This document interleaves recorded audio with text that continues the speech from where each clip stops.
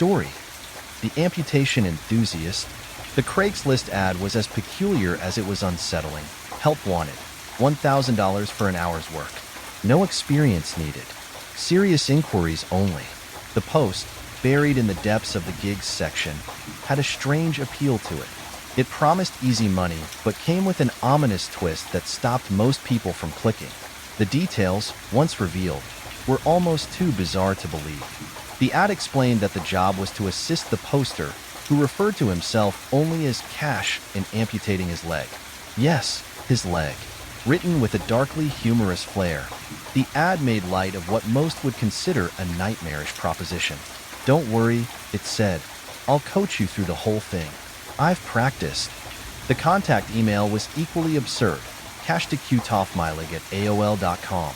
It was enough to make anyone believe it was a joke, yet something about the detailed description suggested otherwise. Curiosity got the better of me. With equal parts morbid fascination and disbelief, I sent a short, cautious email. Is this real? I asked, half hoping for no reply. Cash responded almost immediately, his tone polite and matter-of-fact. He assured me it wasn't a joke, reiterating that he was dead serious about removing his right leg below the knee. He explained that this was something he'd been planning for years and promised to compensate anyone willing to help with a cool $1,000. The idea seemed insane. No, it was insane, but I couldn't shake the urge to know more. Against my better judgment, I replied again, asking why he wanted to do such a thing. Cash's reply was long and unsettling. He shared his backstory with unnerving honesty, painting a vivid picture of a man whose life had been consumed by a singular, gruesome obsession. It all began when he was a child. He'd witnessed a neighborhood boy lose his leg in a car accident, and instead of feeling pity, he felt envy. It was like something clicked in my brain, he wrote. I didn't see a victim. I saw someone special, someone with a story no one else could match.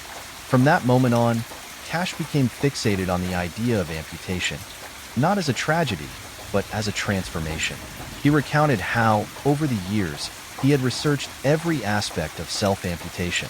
His emails were littered with medical terms and references to obscure forums where others like him shared their stories. It's not a fetish, he insisted, though his explanations did little to make his fixation less disturbing. When I hesitated to reply further, Cash upped the ante. I understand if you think I'm joking, he wrote. Here's some proof. Attached was a photograph of his hand, missing the pinky finger.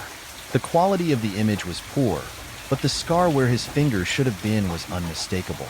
Scrawled across his palm, in barely legible handwriting, were the words, "Cash to cut off my leg." Below it, the date of the email was written. It was horrifying and fascinating all at once. Cash claimed he'd performed the amputation himself as a practice run for his ultimate goal. It wasn't as bad as I expected, he said, as though discussing a minor inconvenience. He even included details about the tools he used and how he had stopped the bleeding. Preparation is everything, he wrote, almost proudly. Then came the video. It arrived in my inbox with no subject line and no text in the body of the email. Just a single attachment. I shouldn't have opened it. I knew that much. But my curiosity overpowered my sense of self-preservation. The video showed a masked man, presumably Cash, holding a pair of bolt cutters. The act itself was quick, but the sound, the wet crunch of bone and flesh, was something I would never forget. When it was over, the camera zoomed in on his now missing finger, blood dripping onto the table beneath it. I couldn't sleep that night. I tried to rationalize what I'd seen, telling myself it was fake. But deep down, I knew it wasn't. Over the weeks that followed, Cash and I exchanged sporadic emails. His stories grew darker, detailing his involvement in a small, secretive subculture of people obsessed with self-amputation. He recounted helping others achieve their goals, sometimes acting as a spotter during their procedures. One man, he said, had submerged his leg in ice for nearly 20 hours, effectively killing the tissue to force a hospital to amputate. He was so happy afterward, Cash wrote, like he finally became who he was meant to be. Cash spoke of another incident where he provided moral support for a man amputating his genitals. I didn't do any of the cutting, he clarified, as though that made the story less grotesque. His nonchalance was chilling. These weren't just stories to him. They were milestones in a macabre journey. Despite my growing discomfort, I couldn't stop reading his emails. They were a grotesque train wreck, impossible to look away from. Each new detail pushed the boundaries of what I thought I could stomach. Yet, as horrifying as it all was, there was a part of me that was morbidly intrigued by the psychology behind it. What drove someone to such extremes? Could it ever truly satisfy them? Cash's final email arrived without warning. The subject line read, "Today's the day."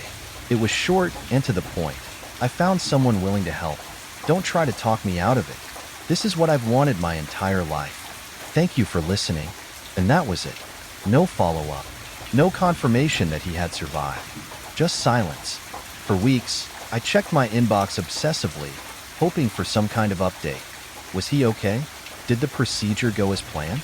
Or had his obsession finally led to tragedy? The uncertainty gnawed at me, leaving me with more questions than answers. Late at night, when the world was quiet, I couldn't help but imagine the worst. Did he bleed out on some stranger's kitchen floor? Did the tools he relied on fail him at the last moment? Or did he achieve his goal, only to realize too late the gravity of what he'd done? I'll never know what became of Cash. His emails stopped, but his stories remained, etched into my memory like scars. Even now, years later, I can't think about Craigslist without remembering him. It's a reminder of how little we know about the people we interact with online, and how dangerous that ignorance can be. The haunting silence left me with a lingering unease, but it wasn't the last time Craigslist would lead me down a path of horror. Sometimes, the danger isn't lurking in a stranger's twisted mind. Sometimes, it's waiting for you in the form of a beautiful smile and a too-good-to-be-true invitation. But as I learned next, appearances can be deceiving and deadly. Story: the Craigslist encounter. Isolation. It's a strange thing. When you first experience it, the quiet is almost comforting. A break from the chaos of the world, a place to breathe. But spend enough time alone, and that silence takes on a different tone. Every sound seems louder, every shadow feels darker, and every moment holds the potential for something to go terribly wrong. That was my life. 15 miles from the nearest city, surrounded by dense woods that swallowed sound and stretched endlessly in all directions. My nearest neighbors were a quarter of a mile away, which was just how I liked it. Isolation gave me the freedom to work on my cars, a lifelong obsession of mine. I bought old junkers, restored them, and sold them off. Some on commission through my website and others through Craigslist ads. Craigslist was always hit or miss. The buyers ranged from genuine car enthusiasts to people who barely seemed to understand what they were looking at. But the income was steady, and for the most part, I didn't mind the occasional eccentric buyer. What I didn't realize was how much trouble one of those Craigslist transactions could bring into my life. It was a Tuesday afternoon when he showed up. I was in the garage, wiping grease from my hands, when I heard the crunch of tires on gravel. A van was rolling up my long dirt driveway, its engine sputtering and coughing like it was on its last legs. I stepped outside, squinting against the sun as the van came to a stop. The man who climbed out was tall, with a wiry frame and a face that seemed perpetually locked in a scowl. His clothes were dirty, his hair unkempt, and there was something about his eyes, sharp, darting around like he was sizing up the place. "Here for the ad," he said, his voice rough and low. "Yeah," I replied cautiously. He motioned toward the back of the van. When he swung the doors open, I was met with the sight of a car, or at least, what was left of one. Rusted metal, missing windows, and a smell like wet earth and mildew.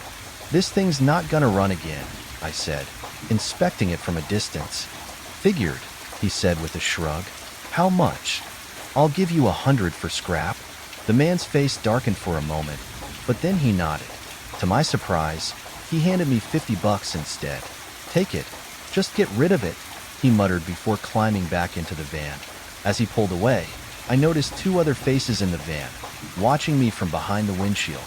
I couldn't make out much detail, but something about them made my stomach twist. That night, I couldn't shake the feeling that something was off. The man had seemed too eager to leave, like he couldn't get away fast enough. And the car, what was the story behind that wreck? I tried to distract myself by working. I spent hours in the garage, sorting through tools and appraising the car for salvageable parts. Most of it was junk, but the steel could be added to my scrap pile out back. By the time I called it a night, the wind had picked up outside. The trees swayed and groaned, their shadows dancing across my windows. I locked up the garage, double-checked the house doors, and climbed into bed, but sleep didn't come easily. It was sometime after midnight when I heard the first sound, a dull crash, like something heavy had fallen. My eyes snapped open, my pulse quickening. The sound came again, louder this time, followed by the distinct creak of the garage door. Someone was in there.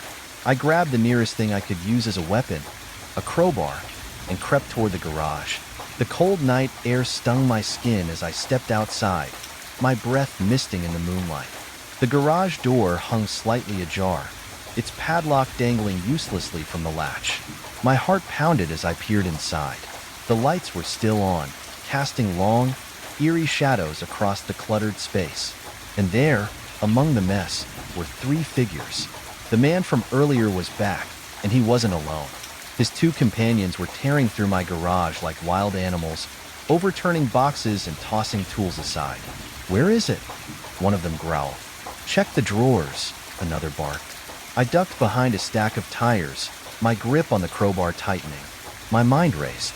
They were looking for something. But what? "Hey," I heard something, one of them hissed. My breath caught as their flashlights swept the room. I pressed myself against the wall, willing myself to stay silent. The man with the flashlight moved closer, his boots crunching against the concrete floor. "Come out," he yelled, his voice echoing in the confined space. I felt trapped, my heart hammering so loudly I was sure they could hear it. Then, one of them muttered, "He's gotta have cash hidden here somewhere. Look for floorboards." Cash? They thought I had money stashed away? The realization sent a chill down my spine. These weren't just petty thieves. They were desperate, dangerous. As the man drew closer, I braced myself, raising the crowbar slightly. If he found me, I'd have no choice but to fight. Then, a loud crash echoed from outside. It sounded like something had fallen, or been thrown, near the scrap pile. "What the hell was that?" one of the men shouted. "Let's just grab what we can and go," another snapped. The three of them scrambled, grabbing tools, my radio, and even the TV from the corner. Within minutes, they were gone, the van's engine roaring as it sped away. When I finally stepped out from my hiding spot, the garage was a disaster. Tools lay scattered across the floor, drawers hung open, and the shelves were nearly bare. I sank to the floor, the crowbar slipping from my hands. The fear and adrenaline coursing through me left me shaking, my breath coming in shallow gasps. The next day, I drove into town and bought a gun. I didn't like the idea of having one, but after what happened, I couldn't take any chances. For days, I couldn't shake the feeling that they'd come back. Every creak of the floorboards, every rustle of the wind outside sent me into high alert. I thought I could handle isolation, that I was safe out here in my own little world. But that night changed everything. The nights after the break-in were restless. I started locking every door and window, double-checking every shadow. But no matter how secure I made the house, I couldn't shake the feeling that I wasn't alone. Then came the sounds, the faint, rhythmic thumping from the laundry room. At first, I thought it was my imagination, but as the nights went on, the noise grew louder. And one night, as I opened the door to investigate, I saw it, the crawl space hatch. It was ajar, the lock broken. My blood ran cold. Whatever terror I thought I'd left behind was only just beginning. Story: the Craigslist honeypot. It all started with a single Craigslist ad, buried among the noise of apartment rentals, used furniture, and odd jobs. The post was simple, almost too simple, and that's what caught my attention. Looking for something casual. Just got out of a relationship and don't want anything serious. Message me if you're interested. No flowery language, no unnecessary details, just a straight-to-the-point offer from someone who seemed genuinely interested in a low-pressure connection. Attached was a photo. She was stunning, blonde hair cascading over her shoulders, piercing blue eyes, and a smile that exuded warmth and approachability. She looked like someone who didn't need Craigslist to find a date, which should have been my first red flag. But instead of questioning it, I was flattered. Why would someone like her choose me? I convinced myself it was fate. Taking a deep breath, I typed out a response, careful to strike the right balance of confidence and humor. To my surprise, she replied almost immediately. Her name was Sarah, and she had just gone through a messy breakup. She wasn't looking for anything serious, just some fun to distract her from the pain. It sounded believable. We exchanged messages throughout the day, and it didn't take long for the conversation to heat up. She sent a few more pictures, each one more provocative than the last, and I was hooked. She even suggested meeting up that evening. Her casual attitude and the way she seemed genuinely interested in me overrode any lingering doubts I had. Is this real? I finally asked, half jokingly, hoping to mask my insecurity. She replied with a photo of herself holding a piece of paper with my name scrawled across it. The proof was undeniable. She gave me an address in a quiet suburban neighborhood. It sounded perfect, neutral territory where we could meet without the pressure of a public bar or restaurant. I could tell she had done this before because she made it sound so natural, so ordinary. That night, I pulled up to the address she provided. The house was modest but well kept, with a neatly trimmed lawn and a porch light glowing warmly in the twilight. For a moment, I felt my nerves subside. It looked like the kind of place where someone like Sarah would live. I called her to let her know I'd arrived, but she didn't answer. I tried again. Still nothing. A flicker of doubt crept in, but I brushed it off. Maybe she was getting ready and didn't have her phone on her. As I stepped out of my car and approached the house, a shadow shifted behind one of the windows. I stopped in my tracks. Two men were standing there, partially obscured by the curtains. They were watching me. The first man was burly, with a shaved head and a permanent scowl etched across his face. The second was wiry, with tattoos snaking up his arms and a jittery demeanor that set me on edge. They didn't move or say anything, just stared. Every hair on the back of my neck stood on end. Something wasn't right. My first instinct was to turn around and leave, but my legs felt rooted to the spot. Maybe they were roommates? Friends of hers? I tried to rationalize the situation, but deep down, I knew better. The way they looked at me wasn't casual or curious. It was predatory. I forced myself to move, taking a step back toward my car. The front door opened, and my heart nearly stopped. A man stepped out, not Sarah, but a third guy I hadn't seen before. He was older, with a grizzled beard and cold eyes that gave nothing away.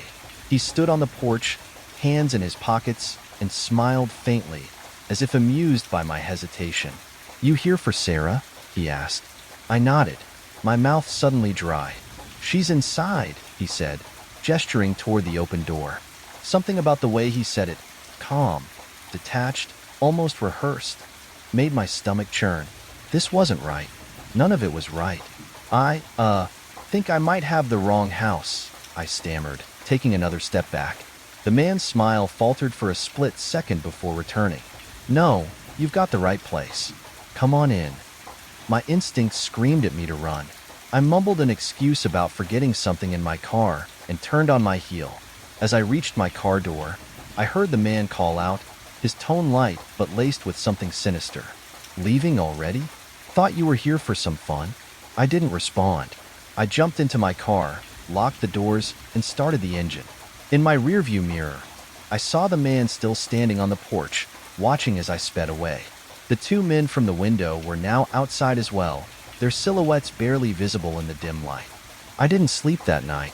My mind kept replaying the encounter, dissecting every detail and imagining every possible outcome if I'd gone inside. By morning, I had convinced myself that I'd overreacted. Maybe it was a misunderstanding. Maybe Sarah was real, and those men were just her friends or family. 2 days later, the news proved me wrong.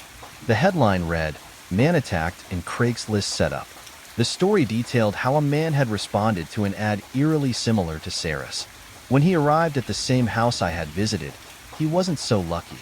The three men ambushed him as soon as he stepped inside. They beat him, robbed him, and left him unconscious. The victim was discovered hours later by a neighbor who heard groaning from inside the house. He was rushed to the hospital, barely clinging to life. My blood ran cold as I read the article. The description of the house and the neighborhood matched perfectly.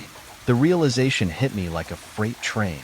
If I hadn't trusted my instincts and fled, I could have been that man. The experience left me shaken. For days, I couldn't stop thinking about how close I'd come to being their victim.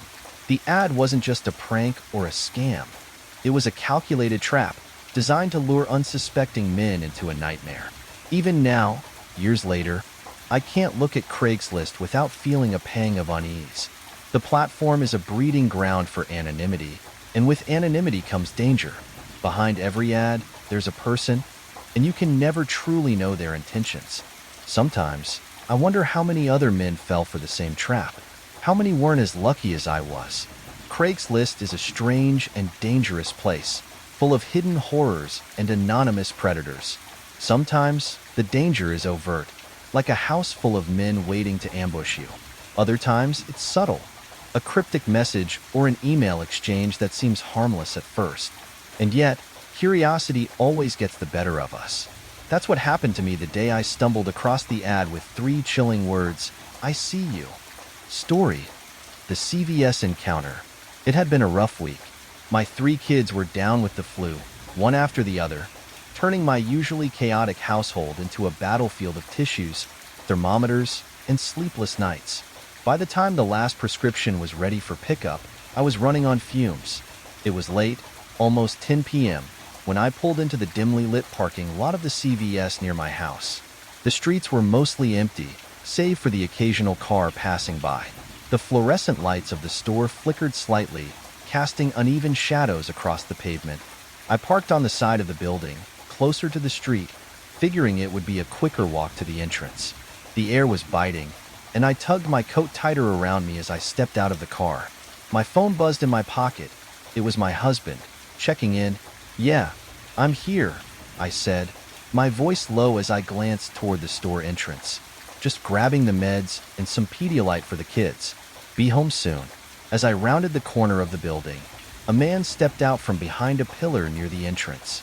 "Hey, I've got a question for you," he said, his tone pleasant, almost conversational. At first glance, he didn't seem particularly threatening. He was average-looking, bundled up in a dark jacket and scarf, his breath visible in the cold night air. He took a step closer, his hands tucked into his pockets. "Do you know where Main Street is?" he asked, tilting his head slightly. I hesitated, clutching my phone a little tighter. Something about the way he positioned himself, blocking the path to the door, made my stomach twist. Still, I answered politely. "Yeah, it's about 2 blocks down," I said, motioning vaguely in the direction. "Could you give me a ride there?" he asked, his tone shifting ever so slightly. "It's freezing out here, and I don't want to freeze to death." I smiled apologetically, shaking my head. "I'm sorry, I can't. My kids are sick at home, and I'm just here to pick up their medicine." His expression darkened for a fraction of a second before it smoothed over, replaced by a forced smile. "Well, what am I supposed to do? It's just down the street. I'm not asking for much." There was something in his eyes now, a simmering frustration that made my skin crawl. I glanced back toward my car, suddenly wishing I hadn't parked so far from the store's entrance. "I can't help with that," I said firmly, starting to edge toward the door. "But I'm sure the store employees could call someone for you." The moment the words left my mouth, his entire demeanor changed. "Do you even know what happens to people like me when they're left out here?" he snapped, his voice rising. "You're going to let me freeze to death, aren't you?" I took a step back, my heart racing as I tried to keep my tone calm. "I'm sorry, I really can't. I don't care," he shouted, cutting me off. "You're going to help me.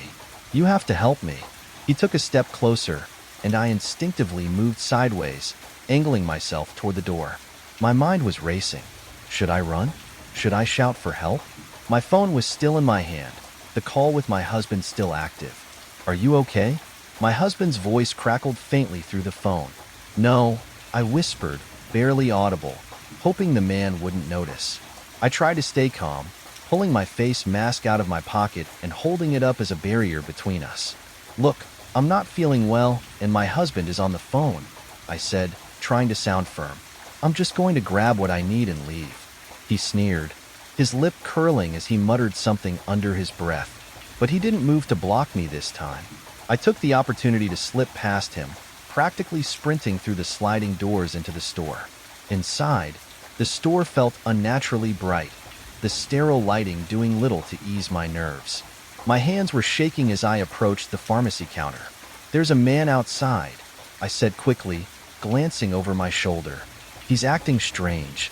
The pharmacist, a middle-aged woman with kind eyes, nodded, her expression hardening. "Stay here," she said, turning to call the store manager. I stayed behind the counter, clutching my phone tightly as I heard the faint sound of raised voices near the entrance. And then, suddenly, he was back. The glass doors slid open, and the man stormed inside, his face twisted in rage. "You think you're better than me?" he shouted, pointing a finger in my direction. "You think you can just ignore me?" My heart felt like it was about to explode. I pressed myself against the counter, desperate to put as much distance as possible between us. The store manager, a tall, burly man with a long beard, stepped between us. "Sir, you need to leave," he said firmly. "You're trespassing." The man didn't back down. He continued shouting, spewing obscenities and accusations that echoed through the store. The pharmacist grabbed my arm and guided me behind a partition, out of his line of sight. "I'm calling the police," she whispered. Minutes felt like hours as we waited, the man's voice growing louder and more unhinged. The manager stood his ground, keeping himself between the man and the rest of us. Finally, the wail of sirens cut through the chaos. The man froze for a moment, his eyes darting toward the doors. When the police officers entered, he tried to bolt, but they caught him before he could get far. The officers spoke to me briefly, taking my statement and assuring me that the man had a long history of similar incidents. "He likes to scare people," one of them said, shaking his head, "but he's not usually violent." That wasn't much comfort. I finished my purchase and walked back to my car with an officer accompanying me. Even with the parking lot now quiet and empty, I couldn't shake the feeling of being watched. That night, I lay awake, replaying the encounter in my mind. What if I hadn't been able to slip past him? What if the store hadn't been open? The next time I had to run a late-night errand, I parked directly in front of the entrance, my keys clutched tightly in my hand as I walked. My husband insisted on coming with me. Even now, I double-check my surroundings whenever I leave the house. I know the chances of running into someone like him again are slim, but once that fear takes hold, it's hard to let go. Story: the dangerous walk home. It was supposed to be a simple walk home, no different from the dozens my mother and sister had taken before. The path was familiar, running parallel to a quiet main road that stretched through our sleepy neighborhood. It was just past sunset, the sky painted in deep oranges and purples, but the air carried an eerie stillness that seemed to amplify every step they took. My mother, a fiercely independent woman, rarely showed fear. At 45, she had faced her share of hardships, raising 2 daughters on her own while battling illness. But even her resilience had its limits. On that night, with shadows closing in and danger lurking in plain sight, she learned how thin the line between ordinary and life-altering could be. The trouble started just as they left the small public call office. My mom had been using the phone to speak with my uncle, desperate for advice about her crumbling marriage. The call ran longer than expected, and by the time they hung up, the market was nearly deserted. The streets were empty except for a few flickering streetlights and the occasional car speeding by. As my mother and sister started their 2-mile walk home, the sound of footsteps behind them caught my mom's attention. She glanced back casually, her heart sinking at what she saw. 2 men. They weren't walking together, exactly. One was on foot, trailing closely behind, while the other rode a bicycle, circling lazily in wide arcs along the street. At first, she tried to dismiss it. Maybe they were heading home too. Maybe they were just coincidentally moving in the same direction. But as the minutes ticked by, their intentions became harder to ignore. The man on foot quickened his pace, closing the distance between them. The man on the bike slowed, his circles growing tighter, as if corralling them. A cold dread settled in my mother's chest. She reached out, gripping my sister's hand tightly. My sister, only 17 at the time, sensed the tension but didn't say a word. She didn't have to. The unspoken understanding passed between them like an electric current. Something is wrong. As they neared the first intersection, the man on the bicycle veered ahead, cutting them off. My mother slowed her pace, her mind racing. She stole another glance behind her. The man on foot was closer now, his face partially obscured by the brim of a baseball cap. He wasn't smiling. "Let's keep walking," my mom whispered to my sister, her voice steady despite the panic rising in her throat. But then, a new threat emerged. From the corner of her eye, my mom saw the headlights first, a white van, moving slowly along the service road parallel to them. The van's engine hummed softly, almost too quietly for its size, as it crawled forward, matching their pace. The van crept closer, its windows tinted so dark my mom couldn't see who, or how many, were inside. Her heart pounded in her chest as she tightened her grip on my sister's hand. "Stay close to me," she said firmly, her eyes darting between the van and the two men. The man on the bike swerved back toward them, his path narrowing until he was only a few feet away. He smiled, a thin, crooked grin that sent a chill down my mom's spine. "Need a ride?" he called out, his voice light but laced with menace.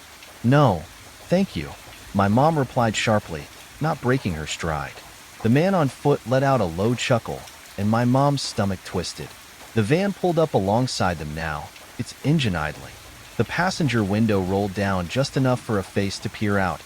A man in his mid-30s, with a scruffy beard and dark eyes that glinted in the dim streetlight. "You ladies lost?" he asked, his tone feigning concern. "We're fine," my mom snapped, her voice colder now. But they didn't move on. The van lingered, keeping pace with them as the man on foot moved even closer. The service road narrowed ahead, leading to a darker, more isolated stretch. My mom's heart raced as she realized they were being herded, the men closing in like wolves circling their prey. Then, as if fate intervened, two figures appeared in the distance. At first, they were just shadows on the horizon, two men walking toward them from the opposite direction. As they got closer, my mom recognized one of them. The local pharmacist, a kind man who had always been polite during her trips to pick up medication. His companion was a friend, a burly man who exuded quiet strength. The pharmacist waved as they approached. "Good evening," he called out cheerfully, oblivious to the tension hanging thick in the air. The change in the atmosphere was immediate. The man on foot stopped abruptly, his body stiffening.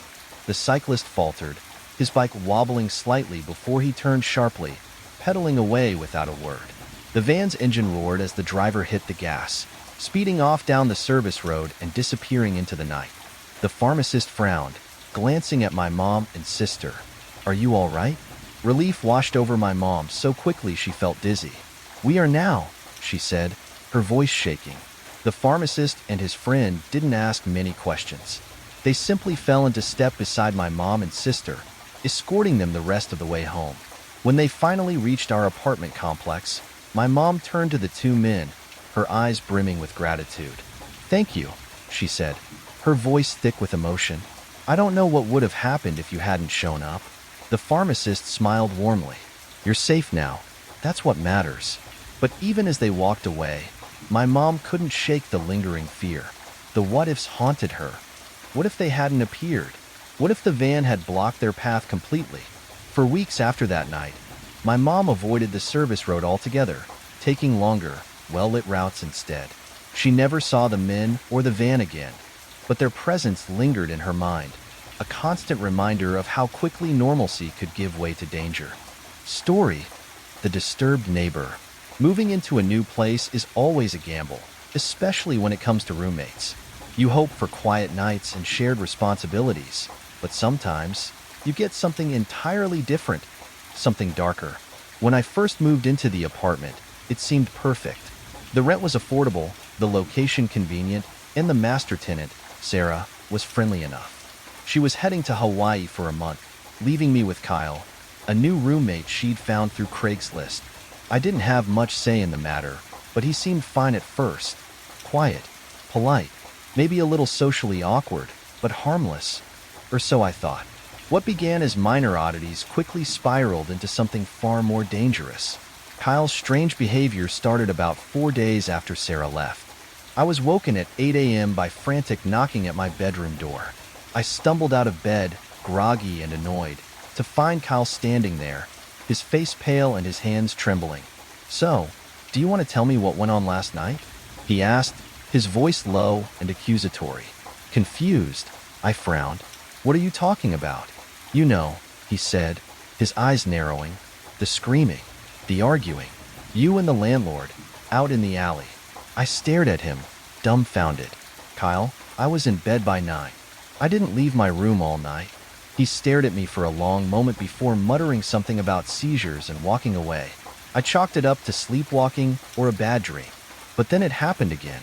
The next morning, the knocking came earlier, more frantic this time. When I opened the door, Kyle launched into the same accusations. "I heard you last night, talking to the police, demanding badge numbers. What the hell are you talking about?" I snapped.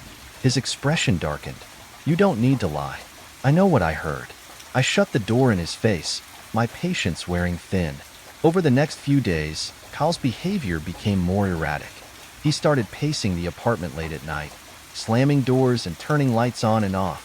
Through the frosted glass window in my bedroom, I could see his shadow moving back and forth, his heavy footsteps echoing in the silence. At one point, I heard him muttering angrily to himself, snippets of words that made no sense. "She knows. They're watching. I'll show them." I began sleeping with my door locked and a chair wedged under the doorknob. Even then, I couldn't shake the feeling that Kyle was standing outside, listening. One night, he screamed my name, his voice hoarse and frantic. "Why are you doing this to me? Why won't you stop?"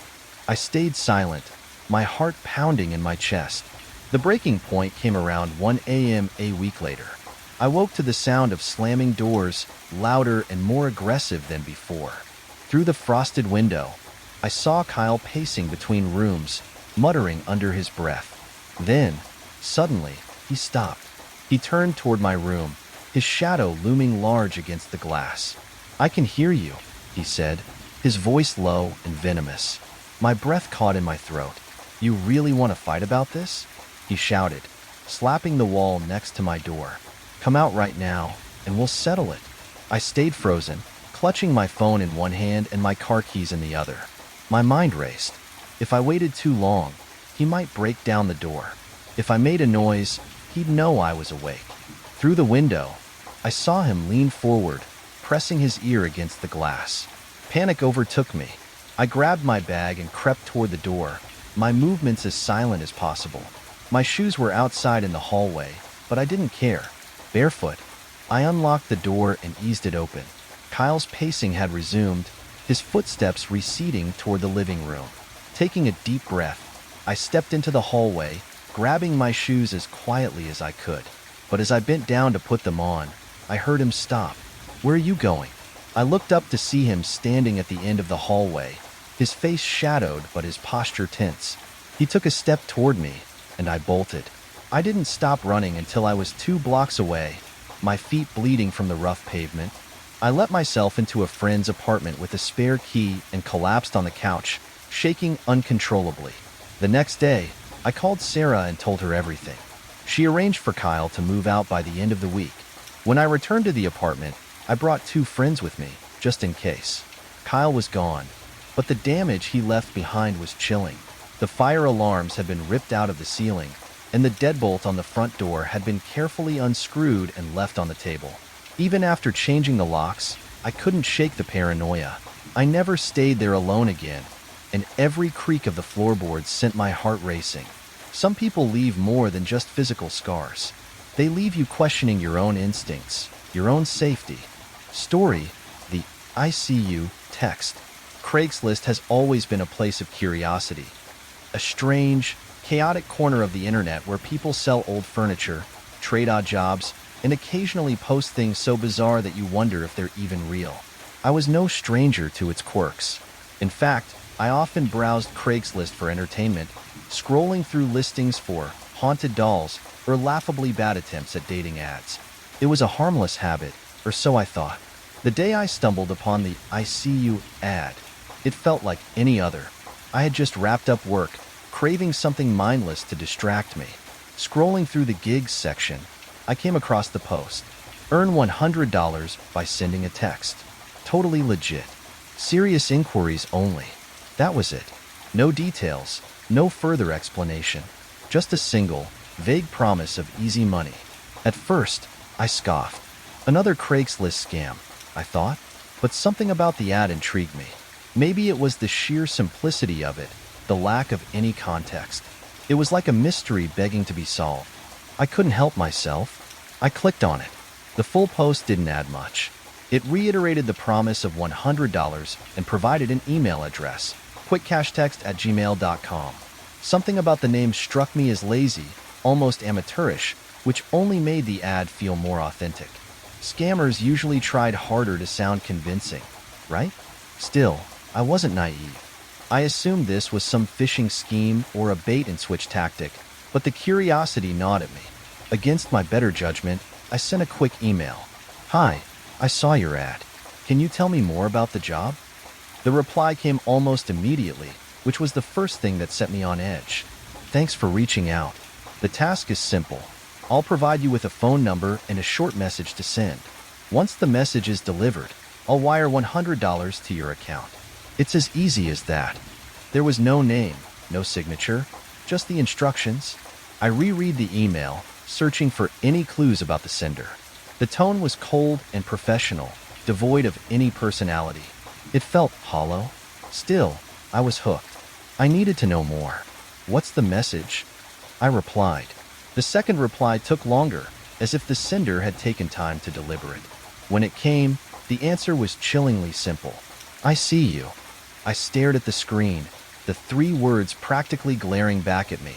My mind raced with questions. Who was this message for? What purpose could it possibly serve? On its own, it wasn't threatening, just ambiguous. But that ambiguity made it worse. I typed out another email, trying to keep my tone casual. "Who's the recipient?" This time, the response was curt. "That's not your concern. Just send the message, and you'll get paid." A chill ran down my spine. Something about the insistence on anonymity felt wrong. Why would someone go to such lengths to avoid sending their own text? The whole thing reeked of something dark, but I couldn't put my finger on it. "What if I say no?" I replied, half expecting no response. But they did respond, and it came faster than ever. "Then I'll find someone else." That line hit me harder than I expected. It wasn't a threat, not overtly, but it felt like one. I debated ending the correspondence there, but part of me was desperate to understand what this was. I wrote one last message. "Why can't you send the message yourself?" The reply was immediate and chilling in its simplicity. "I prefer to remain anonymous." That was it. That was all they said. After that, I didn't reply. I flagged the ad on Craigslist and deleted the email thread. For the rest of the evening, I tried to forget about it, convincing myself it was just another scam. But the next day, curiosity got the better of me, and I returned to Craigslist to check on the ad. It was gone. At first, I felt relieved. Craigslist moderators must have removed it, I told myself, but something about its absence felt off. Craigslist wasn't known for its swift moderation. Ads stayed up for weeks, sometimes months, even when flagged multiple times. What if the ad wasn't taken down by moderators? What if someone had actually responded, taken the job, and sent the message? The thought made my skin crawl. That night, I couldn't sleep. My mind raced with possibilities. Who was the recipient of the text? What would they think or do when they saw it? Maybe it was just a prank, a cruel joke to unnerve someone. Or maybe it was something more sinister, a signal, a warning, or even a threat. I imagined the worst-case scenarios. A stalker using the message to terrify their victim. A criminal marking their next target. The possibilities were endless, each more unsettling than the last. A few days later, I stumbled upon an online forum dedicated to Craigslist horror stories. One thread caught my eye. Weird ad. Earn $100 to send a text. The post was written by someone who had responded to an ad almost identical to the one I had seen. According to the poster, they'd taken the job out of curiosity. The process was exactly as described. They received a phone number, sent the text, and were promptly paid. But then things took a dark turn. The poster described receiving strange calls in the middle of the night. Calls where no one spoke, but they could hear faint breathing on the other end. They also claimed to have seen a shadowy figure outside their house, watching from a distance. The thread exploded with comments, some accusing the poster of fabricating the story, others sharing similar experiences. One person claimed that after sending the text, they'd been followed for weeks by an unknown car. Another said they'd received threatening messages, warning them to mind their own business. Reading these accounts made my blood run cold. I thought about how close I'd come to taking the job, how easily I could have been in their position. To this day, I don't know what the "I see you" text was really about. Was it a prank? A scam? Or something far more sinister? What haunts me the most is the possibility that someone acted on it. Someone sent that text, and somewhere out there, the recipient read those 3 words, "I see you." What happened after that? Did it end with a simple laugh? Or did it spiral into something darker? I'll never know, and maybe that's for the best. But every now and then, when I'm up late at night and the house is quiet, I find myself staring out the window, half expecting to see someone standing in the shadows, watching. Craigslist is a strange and unpredictable place, where the line between the mundane and the macabre blurs far too easily. Sometimes, the danger comes in the form of a cryptic text message. Other times, it wears a more familiar guise. Story: The Lost Dog in the Trap. Oscar wasn't just a pet. He was family. A tiny Jack Russell Terrier with more energy than seemed physically possible. He came into our lives as a bundle of fur and chaos. We had adopted him early in our relationship, seeing him as a trial run for parenthood. At least, that was the joke we told our friends. But Oscar was more than that. He was a companion, a source of constant joy, and at times, a tiny, furry tornado that turned our lives upside down. He had one quirk, though: his obsession with the rats that lived near the dumpsters behind our apartment building. Being a terrier, Oscar was hardwired for the hunt, and the scent of those rats sent him into a frenzy. He'd bark furiously, tug at his leash, and do everything in his power to chase them down. It got so bad that we stopped taking him out back, worried he'd escape and bolt across the busy street nearby. That's why the morning we woke up to find the back door open and Oscar gone was nothing short of devastating. My boyfriend had come home late the night before, a little drunk, and hadn't latched the door properly. At some point during the night, Oscar must have sniffed out his chance. Whether he'd found a gap in the fence or leapt over it in his pursuit of rats, we didn't know. All we knew was that he was gone. The moment we realized he was missing, we were out the door, calling his name and scouring the neighborhood. We checked the park, the alleys, the nearby yards, everywhere we thought a curious little dog might go. I printed out flyers, plastering them on telephone poles and slipping them into mailboxes. My boyfriend knocked on doors, asking our neighbors if they'd seen him. The hours turned into a day, then 2. Every time my phone buzzed, I held my breath, hoping it was someone calling to say they'd found him. But the phone stayed stubbornly silent. On the 3rd day, my boyfriend suggested posting an ad on Craigslist. "People use it for lost pets all the time," he said. I was skeptical, but at this point, I was willing to try anything. The ad was simple. Oscar is a small Jack Russell Terrier, white with brown spots, last seen near our address. He's very friendly and answers to his name. If you've seen him or found him, please contact us immediately. $200 reward for his safe return. I attached a picture of Oscar, his bright eyes and perky ears practically begging the viewer to help us. Hitting post felt like sending a message in a bottle out into the vast, unpredictable sea of the internet. The response came 2 days later. "Hi, I found a small dog wandering near the highway a couple of nights ago. My friend saw your Craigslist post and sent me the link. I'm pretty sure it's your dog." He even responds to the name Oscar. "Please call me at phone number so we can arrange to return him." I read the email aloud to my boyfriend, barely able to contain my excitement. Could it really be that easy? I dialed the number immediately. The man who answered sounded older, with a gravelly voice and an unhurried way of speaking. He told me he'd found Oscar by the side of the road, looking frightened but unharmed. He'd brought him home, fed him some cooked chicken, and made a leash out of rope to take him for walks. "He's a sweet little guy," the man said, but I figured someone must be missing him. My friend saw your ad and told me about it. Tears of relief welled up in my eyes. I couldn't believe it. Oscar was safe. The man gave us his address and told us we could come by that evening to pick him up. I thanked him profusely, barely able to get the words out through my overwhelming gratitude. But something he said at the end of the call gave me pause. "He's in my basement," the man added. "Just so you know." I mentioned it to my boyfriend after I hung up. Why would he keep him in the basement? "Maybe he's worried about messes," I said, trying to reassure myself. Oscar isn't exactly house-trained. But my boyfriend didn't seem convinced. If he's taking him on walks, why keep him downstairs? "And did you notice the address? That's not a great part of town." He wasn't wrong. The neighborhood the man had described was notorious for its rundown houses and crime. Still, I couldn't imagine someone going to the trouble of luring us out there just for a scam. Or worse. I wanted to believe the man was just eccentric, but well-meaning. Even so, my boyfriend insisted on coming with me. The sun was setting as we drove to the address. The streets became increasingly desolate, the houses more and more run down. Many of them had boarded up windows or yards overgrown with weeds.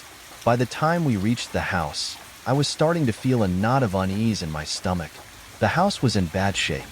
The paint was peeling, the porch sagged under its own weight, and the yard was a tangle of knee-high grass and trash. A single light bulb above the door flickered faintly, casting eerie shadows across the facade. A man stood in the doorway, waving at us. He looked ordinary enough, mid-40s, wearing a flannel shirt and jeans, but something about him felt off. His smile was too wide, too forced. "You must be here for Oscar," he said, his voice gruff but friendly. "Come on in. He's downstairs." The smell hit me as we stepped onto the porch, damp air mixed with something faintly metallic. My boyfriend hesitated, his hand brushing mine. "Can you bring him up?"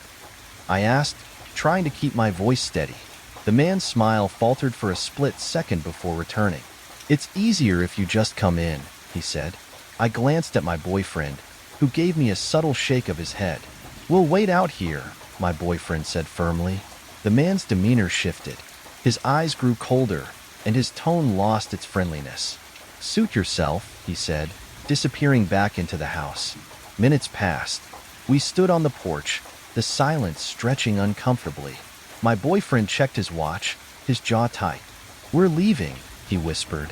Just as we turned to go, the man reappeared in the doorway. His face was blank now, his eyes hard. "Not coming in after all?" he asked flatly. "No," my boyfriend replied, steering me toward the car. The man said nothing as we got in the car and drove away, but I could feel his eyes on us until we turned the corner. When we got home, I couldn't shake the feeling that we'd narrowly avoided something terrible. The next morning, I searched the address online. The house had been foreclosed 3 years ago. It wasn't supposed to be occupied. My stomach dropped. I called the police, reporting the incident and the address. A week later, an officer called me back, his tone grave. They'd investigated the house and found something, though he wouldn't tell me what. All he said was, "You're lucky you didn't go inside." We never found Oscar. The guilt of leaving him behind still eats at me, but so does the fear of what might have happened if we'd stepped through that door. Craigslist is a strange and dangerous place, where the line between help and harm is often blurred. Sometimes, desperation drives us to trust strangers. Other times, it's the lure of a deal too good to be true. Story: The Manipulative Child. It began with a flickering screen. A young father, eager to ensure the safety of his newborn, had recently set up a baby monitor with a video feed. Like any new parent, he used it as a reassurance, proof that his baby was peacefully asleep. But what he saw on that monitor one cold night in 2007 would shatter his sense of security and set off a chain of events that unearthed horrors far beyond anything he could have imagined. Instead of his sleeping baby, the screen displayed something nightmarish. In a dimly lit cellar, a boy no older than 6 or 7 sat trembling on the floor. His small frame was bound with thick ropes, his face streaked with dirt and tears. The surroundings were grim. Cold concrete walls, a bare floor, and dim lighting that barely illuminated the scene. The boy's muffled sobs broke through the static, faint but unmistakable. The father froze, unable to look away. His first thought was that the monitor had picked up interference from another device nearby, but that did little to comfort him. If what he was seeing was real, then somewhere close by, a child was suffering unimaginably. His heart pounding, he grabbed his phone and called the police. The authorities arrived quickly, their skepticism giving way to alarm as the father showed them the live feed. With no way to determine the source of the signal, they began canvassing the neighborhood, knocking on doors and asking questions. Eventually, their search brought them to a nondescript house belonging to two sisters, Clara and Katerina Maurova. Clara, a single mother, lived there with her two young sons, Jakub and Andrei, as well as a recently adopted 13-year-old girl named Anna. The sisters welcomed the police inside, their smiles strained but polite. When asked about a cellar, Clara hesitated before leading the officers to the kitchen, where a trapdoor lay hidden beneath a faded rug. What the police found when they opened that door would haunt them forever. The cellar was dark, damp, and suffocatingly small. And there, in the corner, was Jakub bound, gagged, and visibly malnourished. The boy's wide, terrified eyes filled with tears as the officers freed him from his restraints. His skin was pale, his body frail, and he clung to one of the officers as though he were holding onto life itself. The sisters were taken in for questioning, their explanations riddled with contradictions and bizarre justifications. Clara, sobbing and visibly distraught, insisted that Jakub's punishment was necessary. Anna said it was the only way to cleanse him, she explained, her voice cracking. He had to be purified of his sins. Anna, meanwhile, sat quietly in the corner of the interrogation room, her wide eyes filled with innocence. She looked like a frightened child, a victim herself. Clutching a stuffed bear, she gazed at the officers with an expression that was equal parts confusion and fear. The more the sisters talked, the clearer it became that Anna was no ordinary 13-year-old. She's wise beyond her years, Clara said, her voice trembling with conviction. She knows things I can't understand. We trust her. Under Anna's guidance, the sisters had subjected Jakub and his younger brother Andrei to horrific abuse. They were starved, beaten, and restrained for days at a time. Anna had convinced Clara and Katerina that these punishments were acts of divine will, necessary for the boy's salvation. She told us it was the only way to save their souls, Katerina whispered, her voice barely audible. Jakub's testimony painted an even darker picture. Through tears, he recounted how Anna had orchestrated the abuse with chilling precision. But the most horrifying revelation came when Jakub revealed what Anna had done to him. She cut me, he said, his small voice trembling. She took pieces of my skin and made them eat it. The investigators were horrified, but their questions about Anna only deepened the mystery. She had been adopted by Clara several months prior, but her paperwork was vague at best. The orphanage listed as her place of origin didn't exist, and no one could provide concrete details about her background. Despite her apparent age, Anna displayed an uncanny ability to manipulate those around her. She spoke with authority and eloquence far beyond her years, often convincing adults to see her as a figure of wisdom rather than a child. As the investigation continued, small inconsistencies in Anna's story began to surface. Her mannerisms, her speech, and even her physical appearance didn't quite match the profile of a 13-year-old girl. And then, during a routine search of the Maurova home, officers found a passport hidden among Anna's belongings. The name on the document wasn't Anna. It was Barbara Skrilova, a 33-year-old woman with a rare medical condition that stunted her physical growth. Barbara wasn't a child at all. Barbara's deception stunned everyone involved. For months, she had lived as Anna, seamlessly integrating herself into the Maurova family and manipulating them into committing unspeakable acts. Further investigation revealed that Barbara had a long history of infiltrating families by posing as a vulnerable child. Her small stature and youthful appearance made it easy for her to gain sympathy and trust. But Barbara's motives were far more sinister than mere manipulation. Police uncovered evidence linking her to a secretive cult known as the Grail Movement, which preached extreme forms of spiritual cleansing and purification. Barbara's role within the cult was unclear, but it was evident that she had used its teachings to justify her actions. The Maurova sisters, desperate for purpose and validation, had fallen completely under Barbara's control. She had preyed on their insecurities, convincing them that their abuse of Jakob and Andre was part of a divine plan. Barbara's arrest sent shockwaves through the community, but her capture was only the beginning of the story.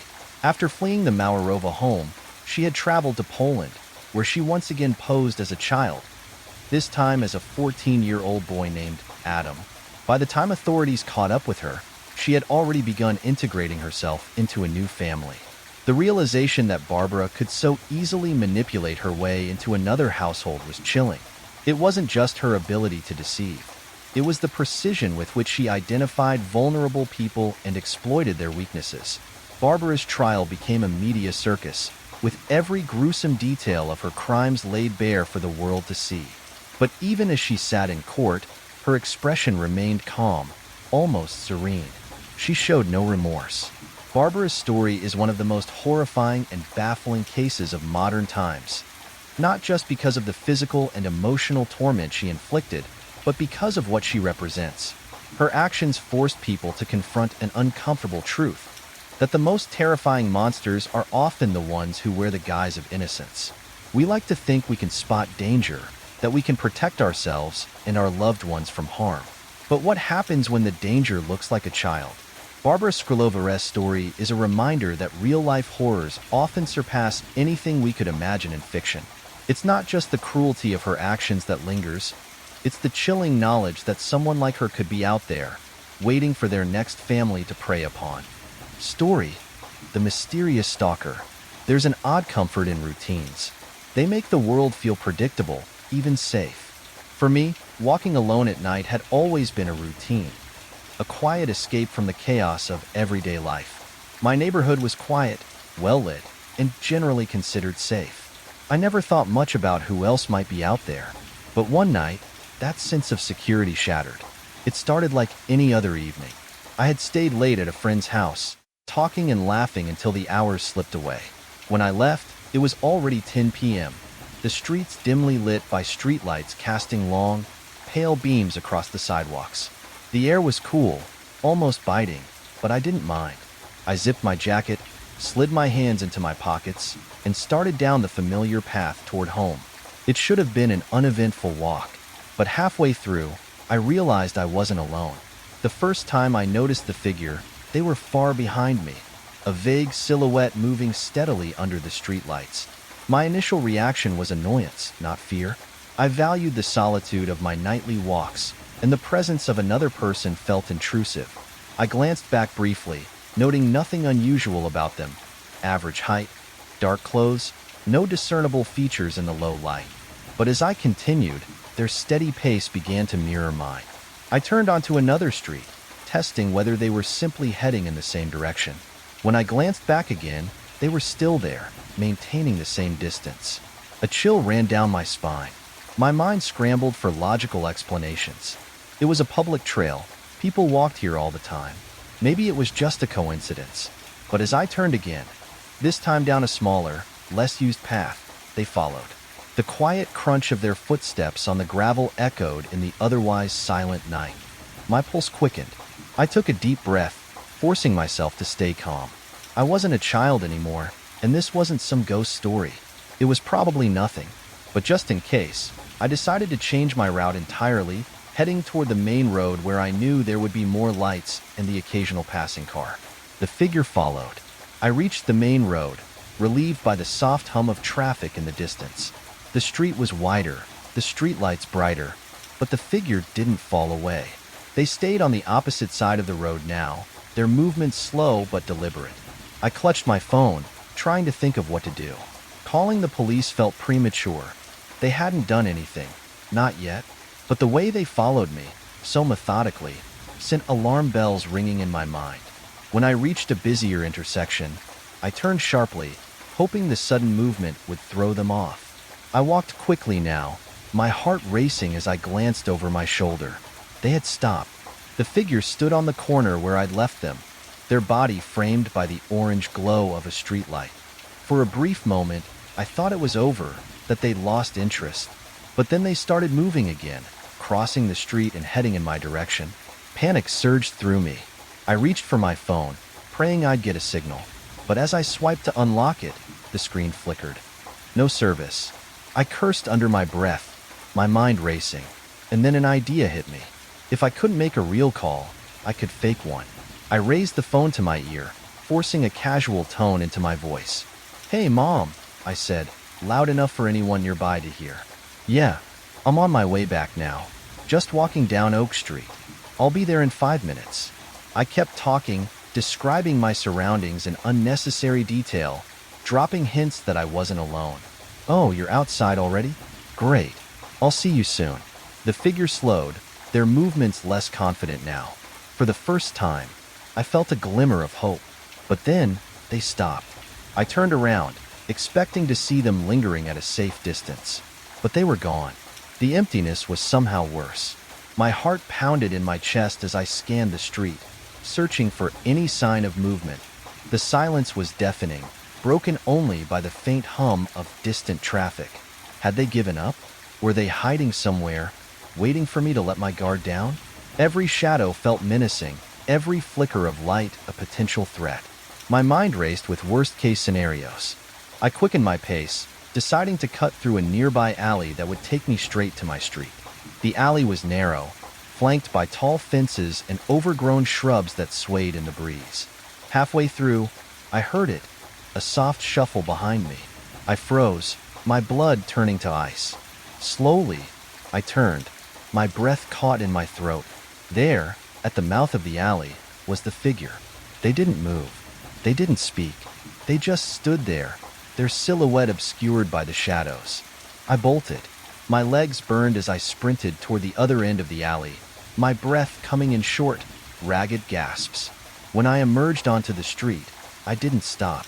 I ran all the way to my house, fumbling with my keys as I reached the front door. Once inside, I locked every bolt, pressing my back against the door as I tried to catch my breath. I stared out the window, half expecting to see them standing there, watching. But the street was empty. The next day, I learned about the abductions.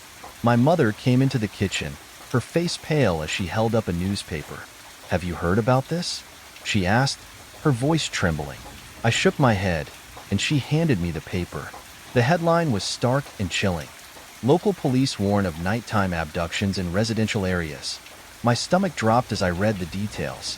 The incidents were all eerily similar. Lone walkers, late at night, followed by an unidentified figure. The victims were taken quickly, their fates unknown. The realization hit me like a punch to the gut. I could have been one of them. To this day, I don't know who the figure was or what they wanted. I never saw them again, but the memory of that night haunts me. Now, I avoid walking alone at night. I carry pepper spray and make sure my phone is always charged and connected. But even with these precautions, the fear lingers. Because sometimes the scariest thing isn't what happens. It's knowing how close you came to something much worse. Story: the persistent van. Nighttime walks always had a certain allure for me.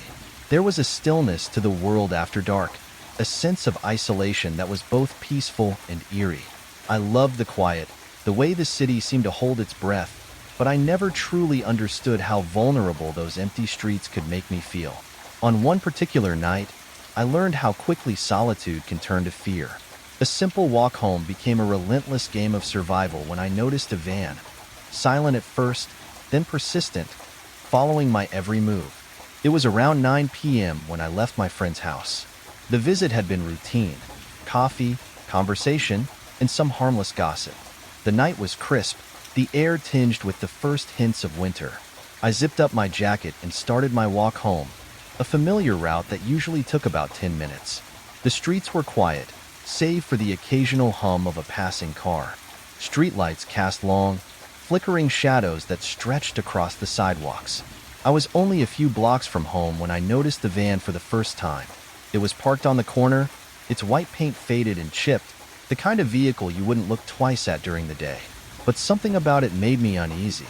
Perhaps it was the way it was positioned, half hidden in the shadows, or the fact that its windows were tinted so dark I couldn't see inside. I kept walking, brushing off the unease. Cars park on corners all the time, I told myself. It's nothing. Then I heard it, the low rumble of an engine coming to life. I glanced over my shoulder as the van pulled out from the curb, its headlights flickering on. It rolled forward slowly, keeping a steady pace just a few feet behind me. My stomach tightened. I quickened my steps, telling myself it was just a coincidence. Maybe they lived nearby. Maybe they were heading out for the night, the same way I was heading home. But as I turned onto another street, so did the van. I decided to test it. At the next intersection, I made an abrupt turn onto a side street. It was narrower, darker, lined with houses that had long since turned off their porch lights. My pulse quickened as I listened for the van. There it was, the low growl of its engine, the faint crunch of its tires against the pavement. It was following me. My heart began to pound in my chest. I tried to stay calm, to think rationally. Maybe they're just lost, I thought. Maybe they don't even realize they're making me nervous. But deep down, I knew better. As I turned onto yet another street, the van continued its slow pursuit. The headlights cast long, menacing beams that danced across the pavement ahead of me. I glanced over my shoulder again, trying to get a better look. The van's windows were completely opaque, the kind of tint that felt deliberately intimidating. My mind raced with possibilities. Was there just one person inside? Or was there more than one? I clutched my phone tightly, but my fingers were trembling too much to unlock it. I tried to tell myself I was overreacting, that I was letting my imagination run wild. But every instinct screamed that I was in danger. The sound of the engine grew louder, closer. They were picking up speed. Panic surged through me. I broke into a jog, then a sprint, my breath coming in short, sharp gasps as I darted across the street. I didn't know where I was going. All I knew was that I needed to get away. The van sped up, its tires screeching slightly as it rounded the corner. I glanced around desperately, searching for somewhere to hide. The street was eerily empty, every house dark and uninviting. My chest heaved as I ran, my shoes slapping against the pavement. Ahead, I spotted a narrow alleyway between two houses. Without thinking, I ducked into it, pressing myself against the cold brick wall. My heart was pounding so loudly I was sure they could hear it. The van rolled to a stop at the mouth of the alley, its headlights illuminating the walls on either side. I held my breath, praying they wouldn't get out. For a moment, everything was silent. The engine idled softly, its hum vibrating through the air. Then, the passenger door creaked open. A man stepped out, his silhouette backlit by the headlights. He was tall, broad-shouldered, and moved with a deliberate, predatory slowness. "Hey," he called out, his voice echoing off the walls. "We just want to talk." My blood turned to ice.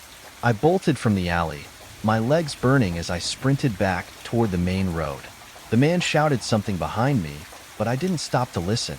The van roared to life again, its tires screeching as it sped after me. Ahead, I saw it, a small, run-down motel with a flickering neon sign that read vacancy. The parking lot was dimly lit, but it was the only sign of life in an otherwise desolate neighborhood. I veered toward it, ducking behind a hedge-lined courtyard. My chest heaved as I crouched low, trying to make myself as small as possible. The van screeched to a halt just outside the motel. I peered through the leaves, my heart pounding in my ears. The passenger door opened again, and the same man stepped out. He looked around, scanning the area, his movements deliberate. "You can't hide forever," he called out, his voice sharp and mocking. My breath hitched. Then, the motel's front door swung open. An older woman, likely the night clerk, stepped outside. She squinted at the van, her expression a mix of confusion and irritation. "Can I help you?" she called out, her voice cutting through the tension. The man hesitated, his posture stiffening. He muttered something under his breath before retreating to the van. A moment later, the vehicle sped off into the night, its taillights disappearing down the road. I didn't move for several minutes, my body frozen in fear. Finally, I emerged from my hiding spot, my legs trembling as I approached the clerk. "Are you okay?" she asked, her tone concerned. I nodded, though my voice was shaky as I thanked her. She invited me inside, offering me a seat in the small lobby while I tried to compose myself. I stayed there for hours, too afraid to leave until the sun began to rise. Even now, the memory of that night haunts me. Every time I see a white van, my stomach twists and my mind flashes back to the headlights, the engine, and the man's mocking voice. What would have happened if I hadn't found the motel? If the clerk hadn't stepped outside when she did? I'll never know, but the thought chills me to this day. Story: The Predator's Lies. It started innocently enough. I was 15 years old, navigating the awkward teenage years, and dating a girl who lived in a neighboring town. Visiting her meant long rides on the train and late-night walks through unfamiliar streets, but I didn't mind. It felt like an adventure. One night, after a small argument with her mother cut my visit short, I found myself walking home alone at 2 a.m. The town was quiet, the streets dimly lit, and the cold November air bit at my skin. I was about halfway home when a man offered me a ride. His car pulled up alongside me, the passenger window rolling down to reveal a friendly face.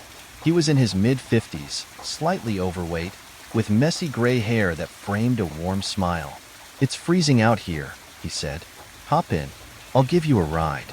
It seemed harmless, generous, even. But hindsight has a way of sharpening the details. At first, the ride seemed normal. He asked me where I was headed, and I gave him vague directions, hoping to avoid giving away my exact address. The heat in the car was a welcome relief from the biting cold, and for a moment, I felt at ease. Then his questions turned personal. "You have a girlfriend?" he asked casually, his eyes glancing at me through the rearview mirror. "Yeah," I replied, keeping my answers short. "She ever come over to your place? Or is it all at hers?" The question caught me off guard, and I hesitated. He chuckled, as if sensing my discomfort. "Relax," he said. "I'm just curious. I've got a buddy, 14 years old, same age as you. He comes over all the time. We play pool, drink a little. It's good fun. You should come by sometime." Something about the way he said it made my skin crawl. His tone was casual, but there was an underlying eagerness that felt wrong. As we neared my neighborhood, I asked him to drop me off a block away from my house. He nodded, pulling to a stop. "Give me your number," he said, smiling as he handed me his phone, "in case you ever need another ride, or if you want to play pool." I hesitated but didn't want to seem rude. So, I gave him my number, climbed out of the car, and quickly walked home, relieved to be out of his presence. The next morning, the messages started. At first, they were harmless. A simple good morning, or hope you're having a good day. I replied a couple of times out of politeness, but soon, his texts became more frequent and intrusive. "Come over sometime," he wrote. "We'll have fun." When I didn't respond, he called, repeatedly. If I ignored him, he'd leave voicemails, his tone growing more insistent with each one. "I've got the pool table set up for you," he said in one. "Come on, don't be shy." My unease grew with each message. Something about his persistence felt less like friendliness and more like obsession. It wasn't long before his behavior escalated. He started showing up near my house, parked on the street where I walked my dog. I noticed his car multiple times, always idling, his face obscured by the tinted windows. Once, I caught him taking photos. I'd been playing with my dog in a nearby field when I saw the flash of his camera. My stomach churned as I realized he wasn't just passing by, he was watching me.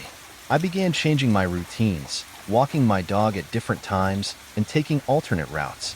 But somehow, he always seemed to find me. The turning point came when my mother found out. She'd noticed the constant calls and texts on my phone and demanded to know who they were from. Reluctantly, I told her about the man, omitting some of the more unsettling details to avoid worrying her. My mother didn't hesitate. She grabbed my phone, called the man, and confronted him directly. "If you contact my son again," she said, her voice cold and unwavering, "I will call the police. Do you understand?" The calls and texts stopped immediately. I felt a weight lift from my shoulders, but the relief was short-lived.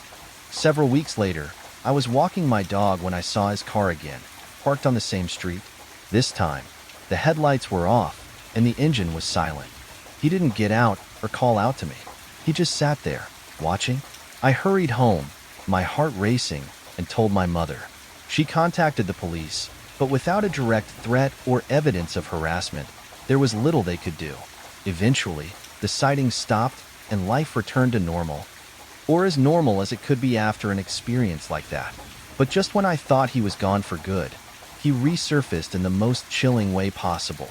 Years later, after I'd almost forgotten about him, I found an old phone while cleaning out my room. Curious, I powered it on, only to discover a message from the man dated over a year after our last interaction. "Hi," it began. "I know we haven't talked in a while, but I wanted you to know I've been diagnosed with an illness. The doctors say I don't have long. I'd really like to see you one last time. Maybe you could come by for a drink. Stay the night if it gets late. Let me know. I'll be waiting." My blood ran cold. I never responded. I didn't know if the message was genuine or just another attempt to lure me in, but I wasn't willing to find out. To this day, I wonder about his true intentions. Was he just a lonely man looking for company? Or was there something far darker lurking beneath his friendly facade? Some people wear kindness like a mask, hiding the predator beneath. And sometimes, the scariest thing is never knowing what might have happened if you hadn't seen through the lies. Story: the PS3 setup. Craigslist was a strange but reliable friend. Over the years, I'd bought and sold all kinds of things on the platform: furniture, concert tickets, even a used bike. Sure, the site had its quirks, with a mix of sketchy ads and badly written posts, but I'd never had a bad experience. It was the kind of place where you'd expect to find hidden gems if you were willing to dig. So, when my little cousin accidentally fried my PlayStation 3 by spilling Mountain Dew all over it, Craigslist was the first place I turned. I wasn't about to drop hundreds of dollars on a new console, not with the holidays draining my bank account. I needed a deal, and Craigslist was full of them. Scrolling through listings, I spotted it almost immediately. It sounded almost too good to be true. I clicked on the ad, half expecting to find a catch, but the description seemed legitimate. The seller claimed they were offloading the console to cover rent and wanted it gone that night. "Text me if interested," the post concluded, with a number at the bottom. Something about the timing, the urgency, gave me pause. But the idea of snagging a PS3 for just $100 was hard to resist. After a moment of deliberation, I sent a quick text.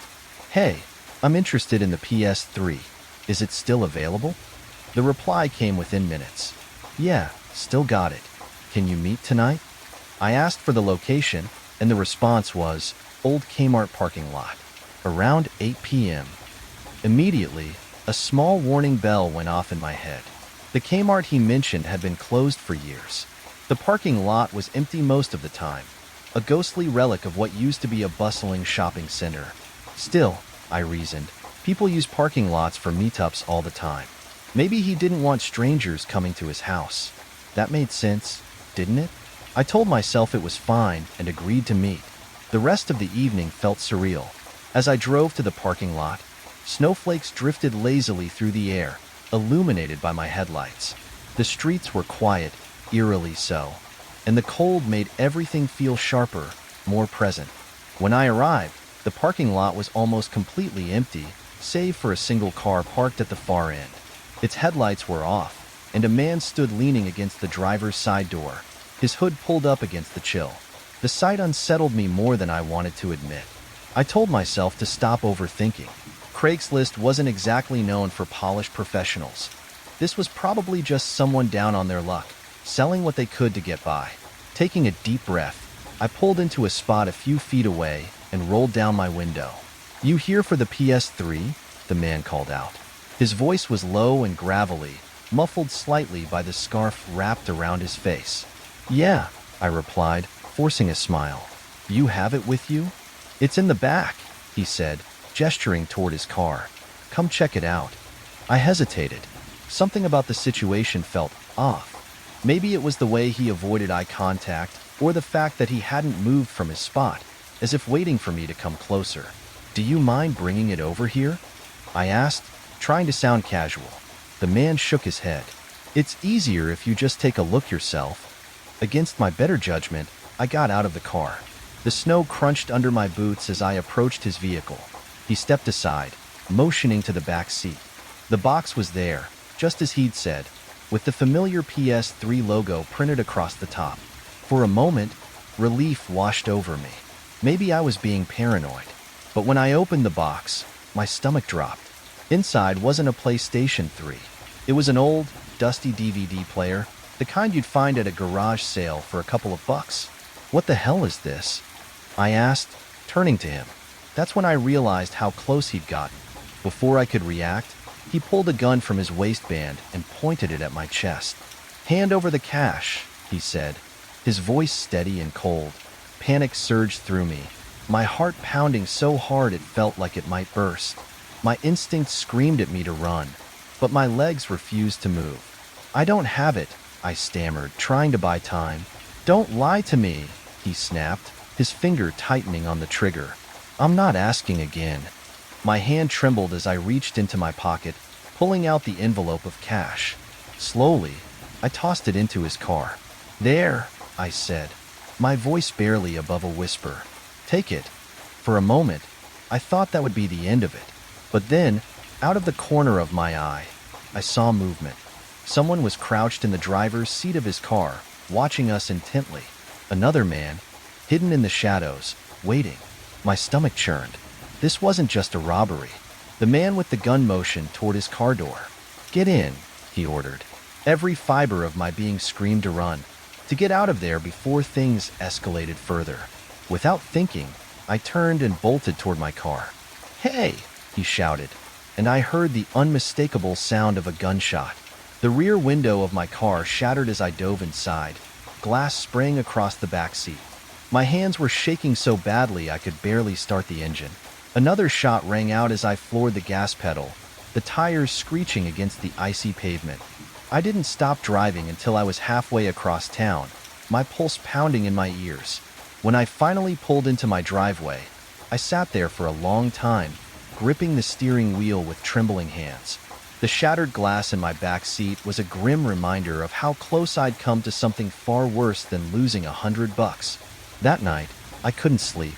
Every time I closed my eyes, I saw the man's face, the cold, detached look in his eyes as he pointed the gun at me. I couldn't stop thinking about the second man, hidden in the shadows.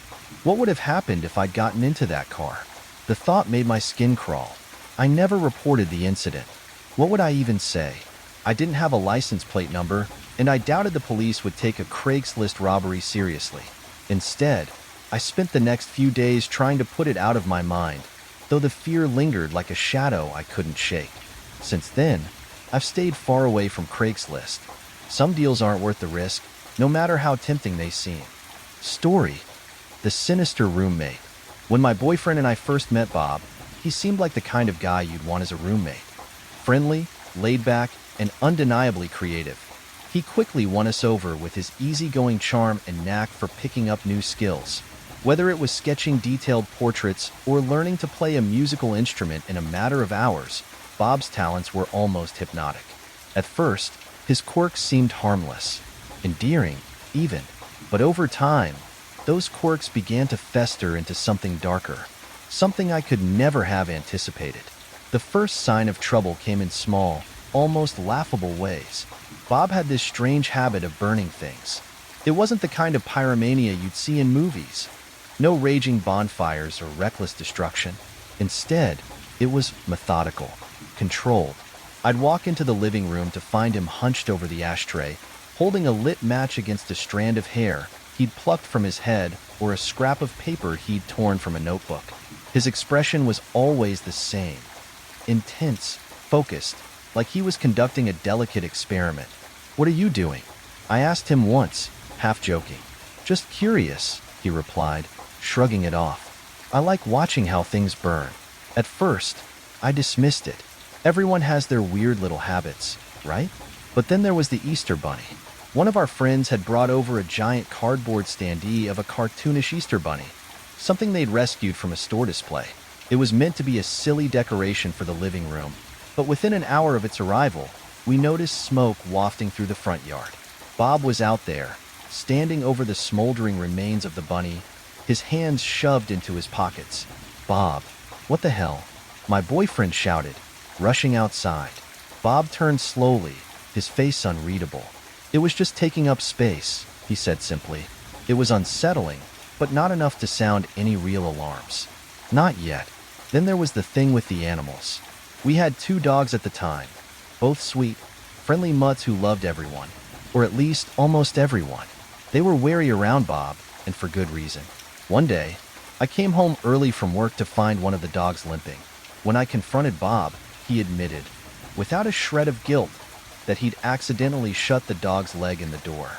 Another time, I caught him casually flicking lit matches in their direction, laughing as they scrambled to get away.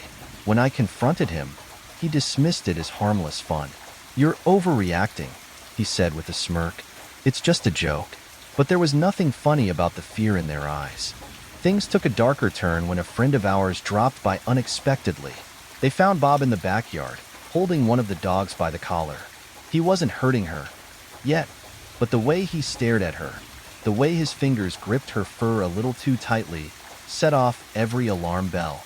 "I was just curious," he told me later when I demanded an explanation. "I wanted to see if she'd react differently if I only gave her bad attention. You know, like an experiment." An experiment. The words sent chills down my spine. It all came to a head one night when Bob and I were sitting in the kitchen, eating dinner.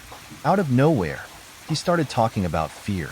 "Do you ever think about how people react to pain?" he asked, his tone eerily casual. I frowned, setting my fork down.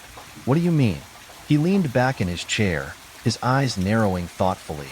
"Like how they flinch, how their faces change. It's fascinating, isn't it?"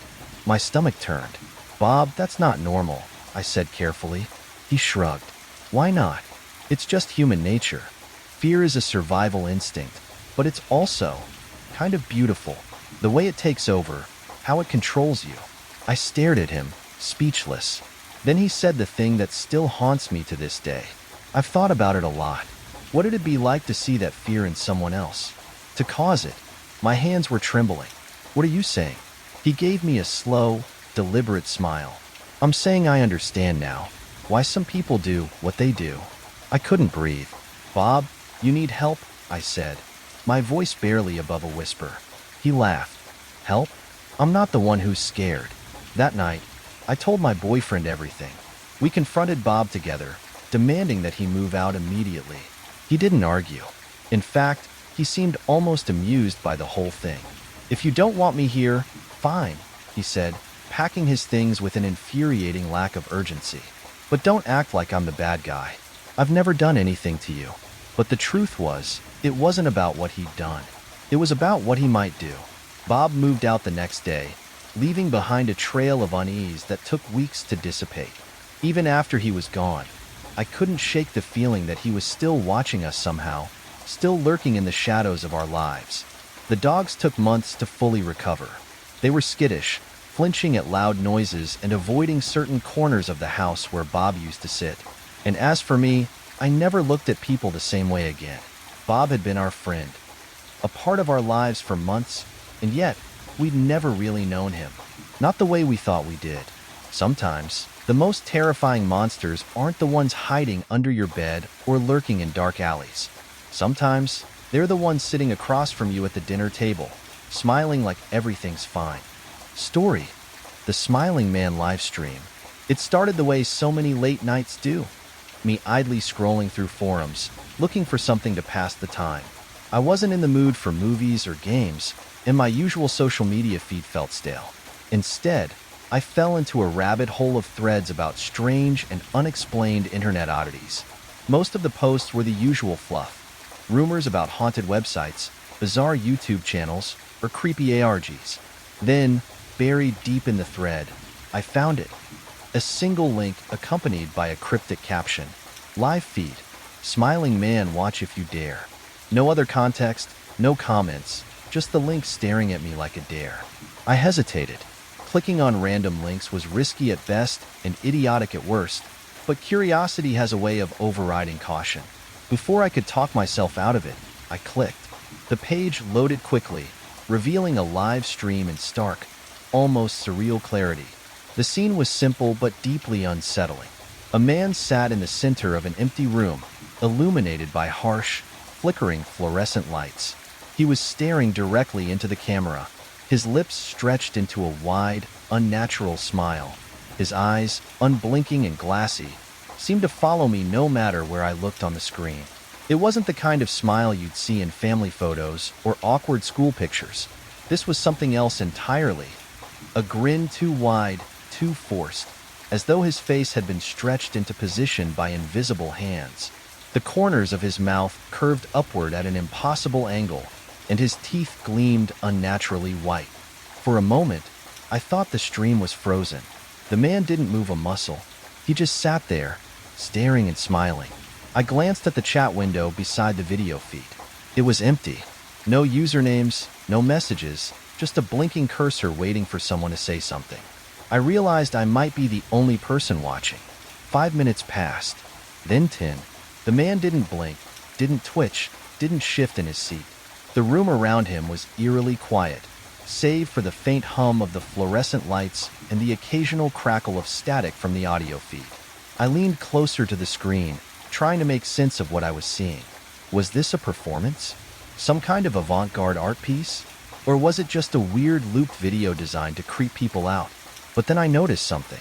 The man's chest was rising and falling ever so slightly. He was breathing. The longer I watched, the more oppressive the silence became.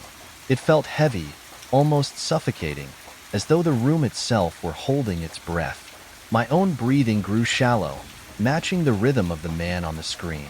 Then I heard it, a faint creak, like a footstep on old wooden floorboards. The sound was so soft I thought I might have imagined it. But as I strained to listen, it came again, louder this time. It wasn't coming from my apartment. It was coming from the stream. The man in the chair didn't react. His eyes remained locked on the camera, his smile unchanging. I felt a chill run down my spine. Someone, or something, was in the room with him.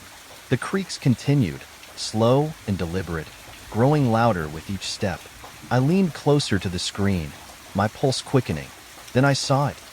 A shadow flickering across the far wall, just barely visible in the corner of the frame. It moved with a strange, jerky rhythm, like someone pacing back and forth just out of view. The man in the chair didn't flinch. I wanted to say something, to type a warning into the empty chat box, but my fingers froze over the keyboard. It was as though some unspoken rule held me back, a primal instinct telling me to stay silent. The footsteps stopped, replaced by a low, indistinct whisper.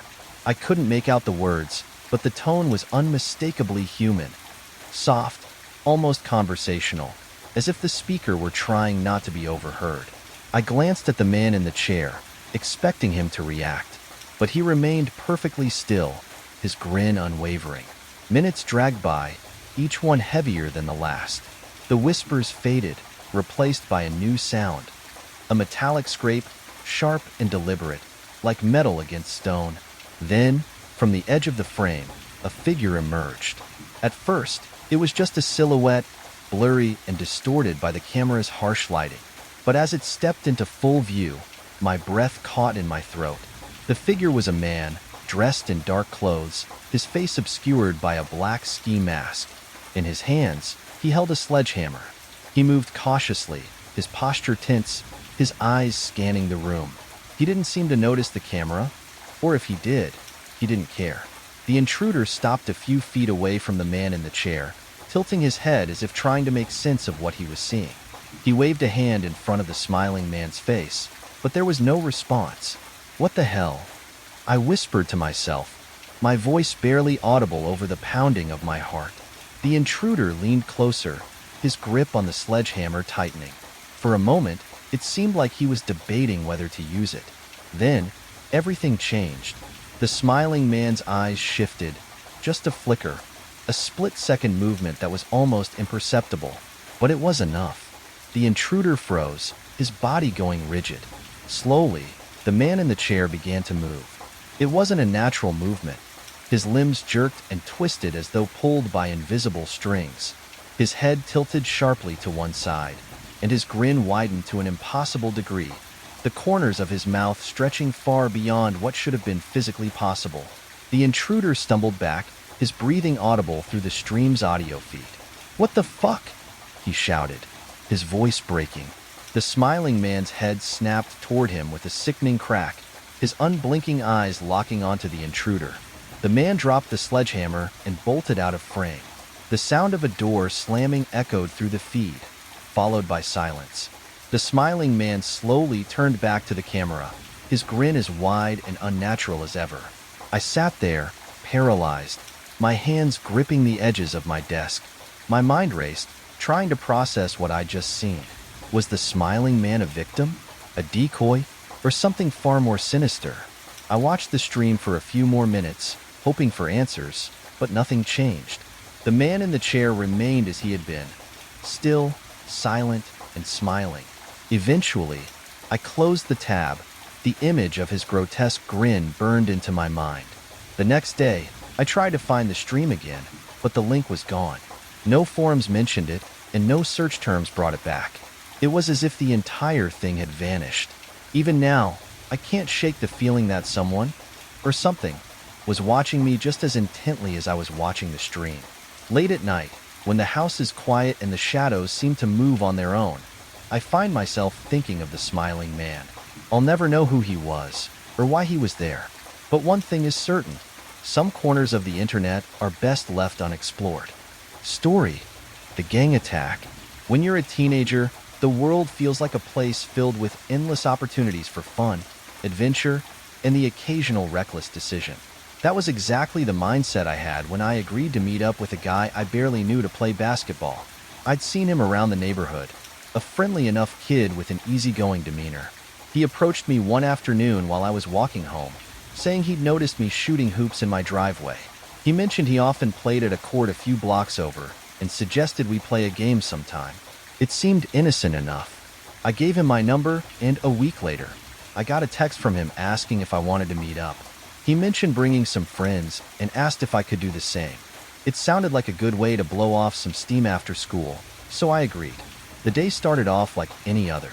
I called up two of my closest friends, Jake and Marcus, and told them about the game. We grabbed a basketball, packed some water bottles, and headed out in Marcus's old beat-up car. The court was a little out of our usual neighborhood, but it wasn't far enough to raise any red flags. The area wasn't great, but it wasn't terrible either. Just the kind of place you didn't stick around in after dark. We parked the car and walked toward the court, joking and laughing as the afternoon sun beat down on us. My new friend was already there, leaning against the chain-link fence with a few other guys. They looked a little older than us, rougher around the edges, but nothing about them immediately screamed danger. "Glad you made it," he said with a grin. "You bring the stuff?" I paused, confused. "What stuff?" "You know," he said, lowering his voice. "Weed." I felt a small knot of unease form in my stomach. He'd casually mentioned smoking when we first talked, but I didn't think he was serious.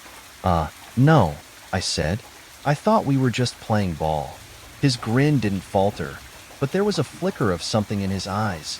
Disappointment, maybe, or annoyance. "No big deal," he said, pushing off the fence. "Let's get started." We hadn't even started warming up when things took a turn. One of the guys from his group, the tallest, with a shaved head and a jagged scar running down his cheek, pulled a gun out of his waistband. "All right," he said, his voice cold and commanding. "Empty your pockets." Time seemed to freeze. My mind struggled to process what was happening. This wasn't a joke. This wasn't some weird initiation ritual. This was a robbery. Jake and Marcus froze beside me, their eyes wide with fear. "Come on now," the guy barked, waving the gun toward us. "Don't make this harder than it needs to be." Another man stepped forward, yanking Marcus's wallet out of his pocket. Jake tried to back away, but someone grabbed him by the collar and threw him to the ground. I was so focused on what was happening to them that I didn't see the third guy until it was too late. He grabbed me from behind, twisting my arm painfully as he shoved me against the fence. "Don't move," he growled, pressing something cold and hard against the back of my head. What followed was chaos. They didn't just rob us, they brutalized us. One of them hit Marcus across the face with the butt of his gun, sending him sprawling to the ground. Jake was kicked repeatedly as he tried to crawl away, his cries of pain echoing in my ears. The guy holding me slammed my head into the fence, the metal cutting into my skin. Blood dripped down my face, stinging my eyes as I struggled to stay conscious. "Where's your phone?" he demanded, shaking me.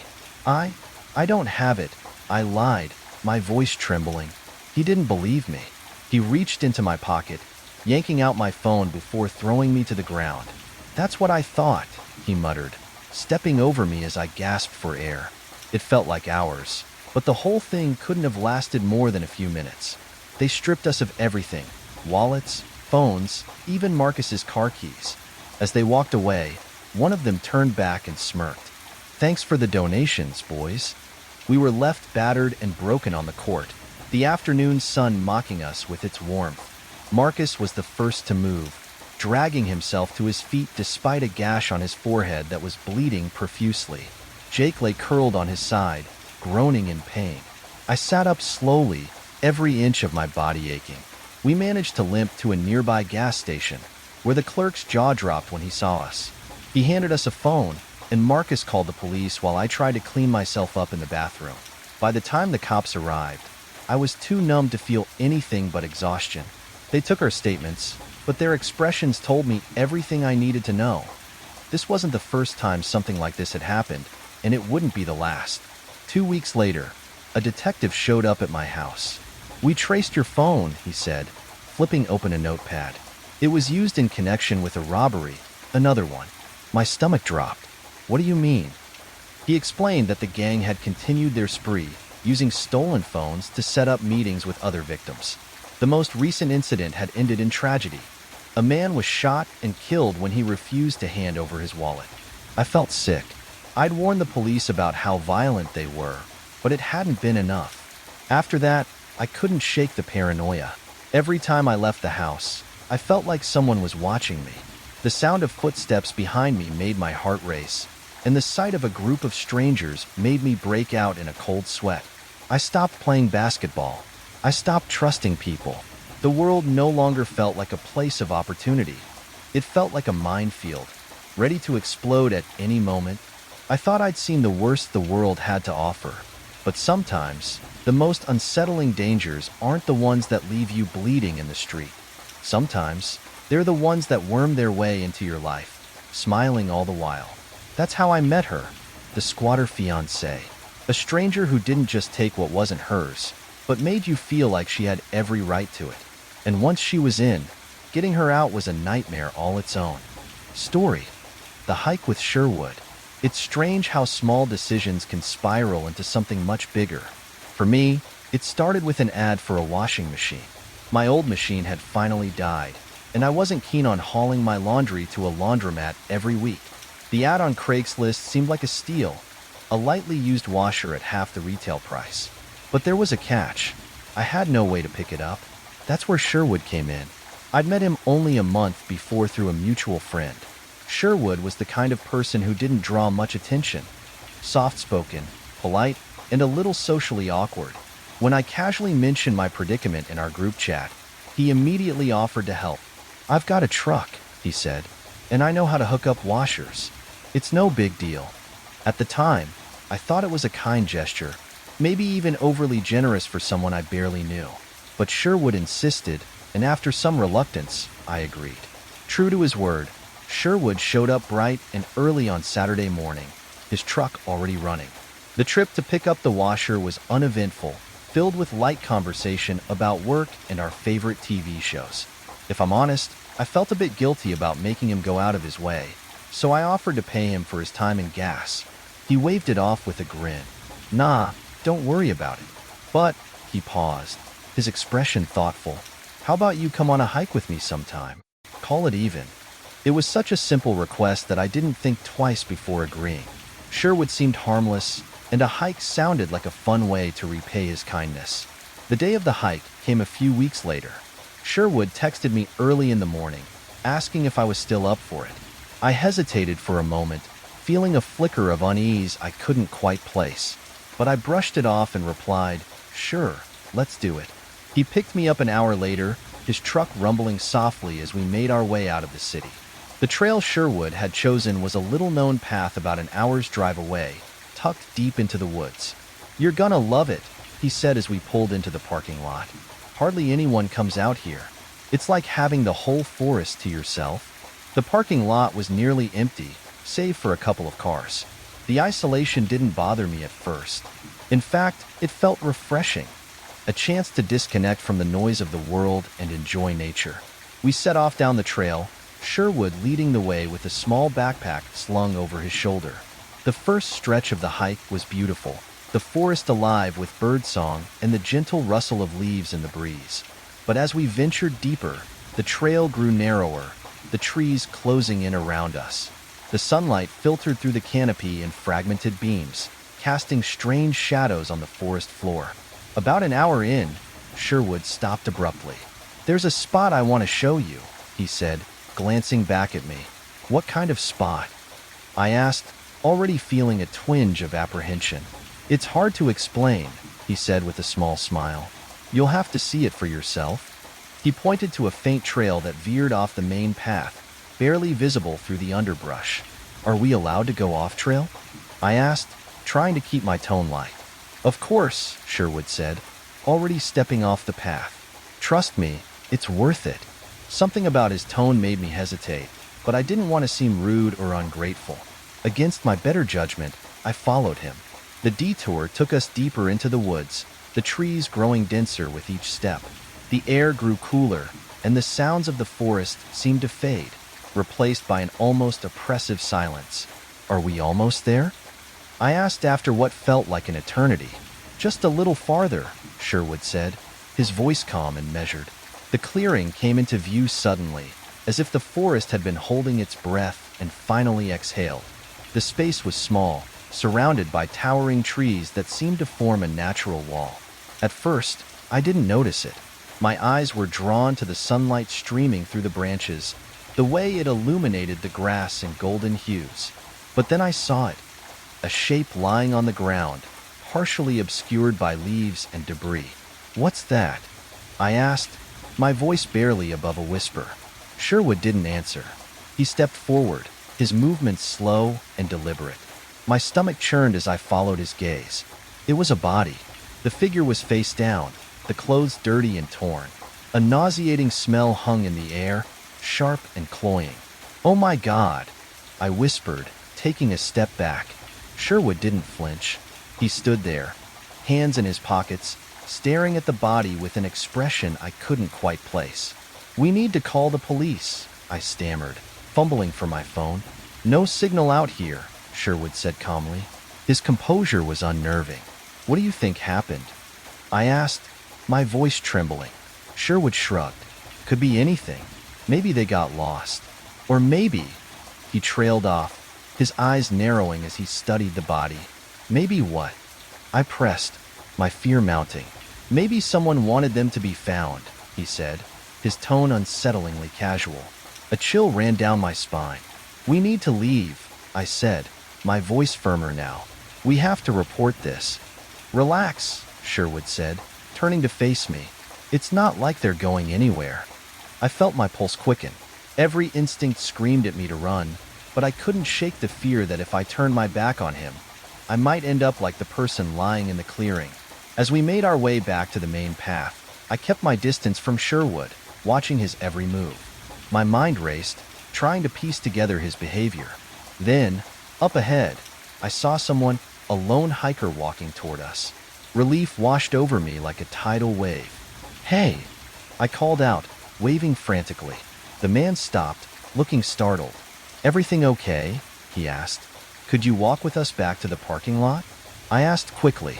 We got a little turned around." The man hesitated, clearly confused by my urgency, but eventually nodded.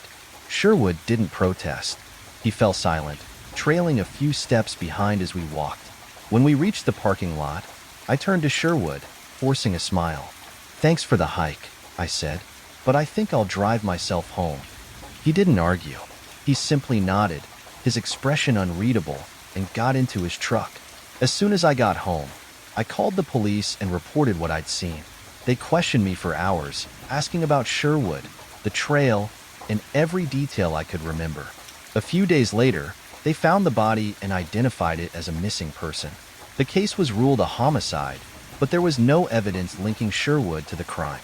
He texted me a few times after that, asking if I wanted to go on another hike. I ignored him. Even now, I can't shake the feeling that Sherwood knew more than he let on. The way he led me to that clearing, his calm reaction to the body, it all felt too deliberate. Was he just in the wrong place at the wrong time? Or was there something darker beneath his quiet exterior? I'll never know for sure, but I do know one thing. I'll never go hiking with a stranger again. After that, I thought I'd learned my lesson about trusting people, but nothing could have prepared me for what happened next. Because sometimes, the danger doesn't come in subtle hints or uneasy feelings. Sometimes, it blindsides you in the form of raw, brutal violence. And the night I was ambushed by a gang changed everything. Story: the squatter fiancé. It was one of those humid summer nights where the air felt too heavy to breathe, and the crickets outside seemed louder than usual. My boyfriend and I had just crawled into bed, ready to call it a night, when we heard it, a sharp, deliberate knock on the front door. It wasn't the kind of knock you could ignore. It was persistent, demanding. "Who knocks on someone's door this late?" my boyfriend muttered, sitting up. "Stay here," I said, grabbing my phone as I walked toward the door. Through the peephole, I saw her. She looked vaguely familiar. A young woman, disheveled but composed enough to seem confident. Her makeup was smeared, her hair hung in loose strands, and she was gripping the porch railing as though steadying herself. "It's that woman," I whispered, more to myself than to him. Earlier that day, we'd seen her wandering around the property. She'd introduced herself as our landlord's fiancée, a claim that struck us as odd considering we'd seen him bringing home other women in the past. But we didn't think much of it at the time. Now, she was back. Against my better judgment, I opened the door a crack. "I need a lighter," she said without so much as a greeting. Her voice was flat, her words slurred just enough to make me wonder if she'd been drinking. Hoping to end the encounter quickly, I handed her a lighter from the kitchen drawer. But instead of leaving, she leaned against the door frame, her eyes darting past me as though she was trying to peer inside. "He's cheating on me, you know," she said suddenly. "Who is?" I asked, confused. "Your landlord," she replied, a bitter laugh escaping her lips. "He's at a hotel right now with some tramp. But don't worry, I'll take care of it." There was something unnervingly casual about the way she said it, as though this wasn't the first time she dealt with such a situation. "I really think you should go," I said, trying to keep my tone firm but polite. Her demeanor shifted in an instant. Her eyes narrowed, her lips curling into a sneer. "You think you're better than me, huh?" she snapped. "You don't even take your trash bins out on time. You're white trash, and I'll make sure you're evicted if you don't get on my good side." Before I could respond, she turned on her heel and disappeared into the night, leaving me standing there with my heart pounding and the lighter still clutched in my hand. Over the next week, she became a constant, invasive presence in our lives. It started with strange noises in the middle of the night, footsteps in the backyard, the unmistakable creak of the shed door opening and closing. Then came the music, blaring at all hours from her side of the property, making it impossible to sleep. One night, I woke up to the sound of banging on the walls, as though someone was hitting them with a hammer. My boyfriend and I stared at each other in the dark, neither of us wanting to acknowledge what we both knew. It was her. "I'm calling the landlord," I said, grabbing my phone. But when we texted him, his response was frustratingly vague. "I'm handling it," he wrote, but he didn't explain who she was or why she was there. The turning point came one night when I glanced out the window and saw her standing in the middle of the backyard. She wasn't doing anything, just standing there, staring at our house with an unsettling stillness. "Do you think she's dangerous?" I asked my boyfriend, my voice barely above a whisper. "I don't know," he admitted, pulling me away from the window. The next morning, we found the shed door wide open, its contents strewn across the yard. A few tools were missing, but nothing of significant value. When we confronted our landlord again, he promised to take care of it, but still wouldn't tell us what was going on. It wasn't until nearly a month later that we finally got answers. Our landlord returned to the property looking more stressed than I'd ever seen him. He called us out to the porch, lighting a cigarette with shaking hands as he began to explain. "She's not my fiancée," he said, exhaling a cloud of smoke. "She's a squatter." The words hung in the air, heavy with implications. "What do you mean?" I asked, struggling to process what he was saying. He went on to explain that he'd met her through a dating app and gone on a few casual dates. She'd seemed normal at first, maybe a little quirky, but nothing alarming. Then, one night, she convinced him to let her stay over. She never left, he said, his voice tinged with frustration. She keeps doing this, moving in, refusing to leave, making everyone's life hell until someone pays her to go. Apparently, this wasn't her first time pulling this stunt. She'd done it to other men, using charm, manipulation, and veiled threats to gain access to their homes and take over their lives. That night, the tension came to a head. It was just past midnight when we heard the now familiar sound of banging on the front door. This time, it wasn't just a knock, it was a relentless pounding, accompanied by her shrill voice screaming, "Let me in!" My boyfriend called the landlord, who promised he was on his way. Meanwhile, I stood frozen by the door, watching her through the peephole. She was dragging a large garbage bag behind her, her movements erratic and desperate. When the landlord finally arrived, the confrontation was explosive. She hurled accusations and insults at him, her voice cracking with emotion. He tried to reason with her, but it was clear she wasn't going to back down. Eventually, he made her an offer. He would buy her a one-way bus ticket out of town if she agreed to leave that night. To our surprise, she accepted. The next morning, the house was quiet for the first time in weeks. Our landlord stopped by to let us know she'd left. He didn't share many details, only that she'd taken the money and boarded a bus to another state. "I'm sorry for everything," he said, his tone heavy with regret. We nodded, grateful but still shaken. Even after she was gone, her presence lingered in our minds. Every creak of the floorboards, every shadow in the backyard, sent my heart racing. I couldn't stop wondering, how many other people had she done this to? How close had we come to something worse?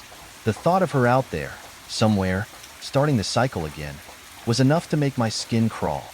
The experience left me with a lingering paranoia, a constant vigilance I couldn't shake.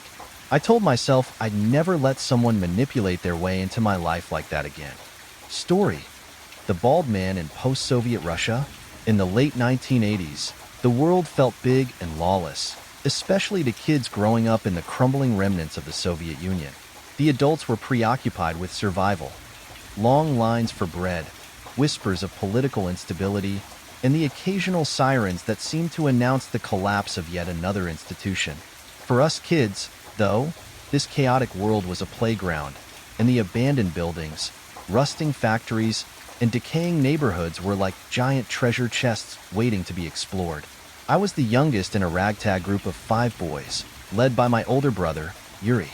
He was 15, lanky, and always looking for the next thrill to distract us from the monotony of post-Soviet life. On one particular day that started like any other, Yuri decided we'd explore the old textile factory on the edge of town. The factory was a relic from another time, its brick walls crumbling and its broken windows staring back at us like empty eyes. We'd heard stories about it, how it was once the pride of the city, employing thousands, before shutting down and being left to rot. It was perfect. "Bet there's still something cool in there," Yuri said, grinning as he slung his arm around my shoulder. I nodded, eager to impress him and the older boys. I was 11, and being included in their adventures made me feel invincible. We slipped through a gap in the chain-link fence, our movements careful but swift. The factory loomed ahead, its towering smokestacks casting long shadows in the late afternoon sun. The air smelled of damp concrete and rust, mingling with the faint scent of overgrown weeds that had reclaimed the courtyard. Inside, the factory was even more impressive. The cavernous space was filled with forgotten remnants of its former life. Rusting machinery, piles of yellowed documents in Cyrillic, and twisted metal beams that had fallen from the ceiling. Dust motes danced in the beams of sunlight that filtered through holes in the roof, giving the place an otherworldly glow. We wandered through the space, laughing and daring each other to climb the rickety stairs or crawl through tight spaces. Yuri found an old ledger and pretended to read it in a mock-serious tone, making the rest of us double over with laughter. For a while, we were just kids, oblivious to the danger that lurked nearby. The sound of footsteps was the first sign that something was wrong. At first, We thought it was one of us. Someone had wandered off and was trying to sneak back to scare the others. But the steps were too heavy, too deliberate. "Who's there?" Yuri called out, his voice steady but loud enough to echo through the factory. No response. Then, from the shadows near a rusted conveyor belt, a man stepped into view. He was tall and bald, his head gleaming even in the dim light. He wore a long black trench coat that looked far too expensive for the decrepit surroundings, and his shoes were pristine, polished leather that shone with each step he took. "Hello, boys," he said, his voice smooth but devoid of warmth. Something about him made the hair on the back of my neck stand up. He wasn't just out of place. He was wrong, like a piece of a puzzle that didn't fit no matter how hard you tried to make it. Yuri stepped forward, shielding the rest of us with his body. "What do you want?" The man smiled, his thin lips curling into an expression that felt more like a sneer. "I was just walking by and heard some voices. Thought I'd say hello." None of us spoke. "You like my shoes?" he asked suddenly, lifting one foot slightly as if to show them off. Yuri didn't answer. "I have more," the man continued, his tone almost playful. "Come here, and I'll show you." Something about the way he said it sent a shiver down my spine.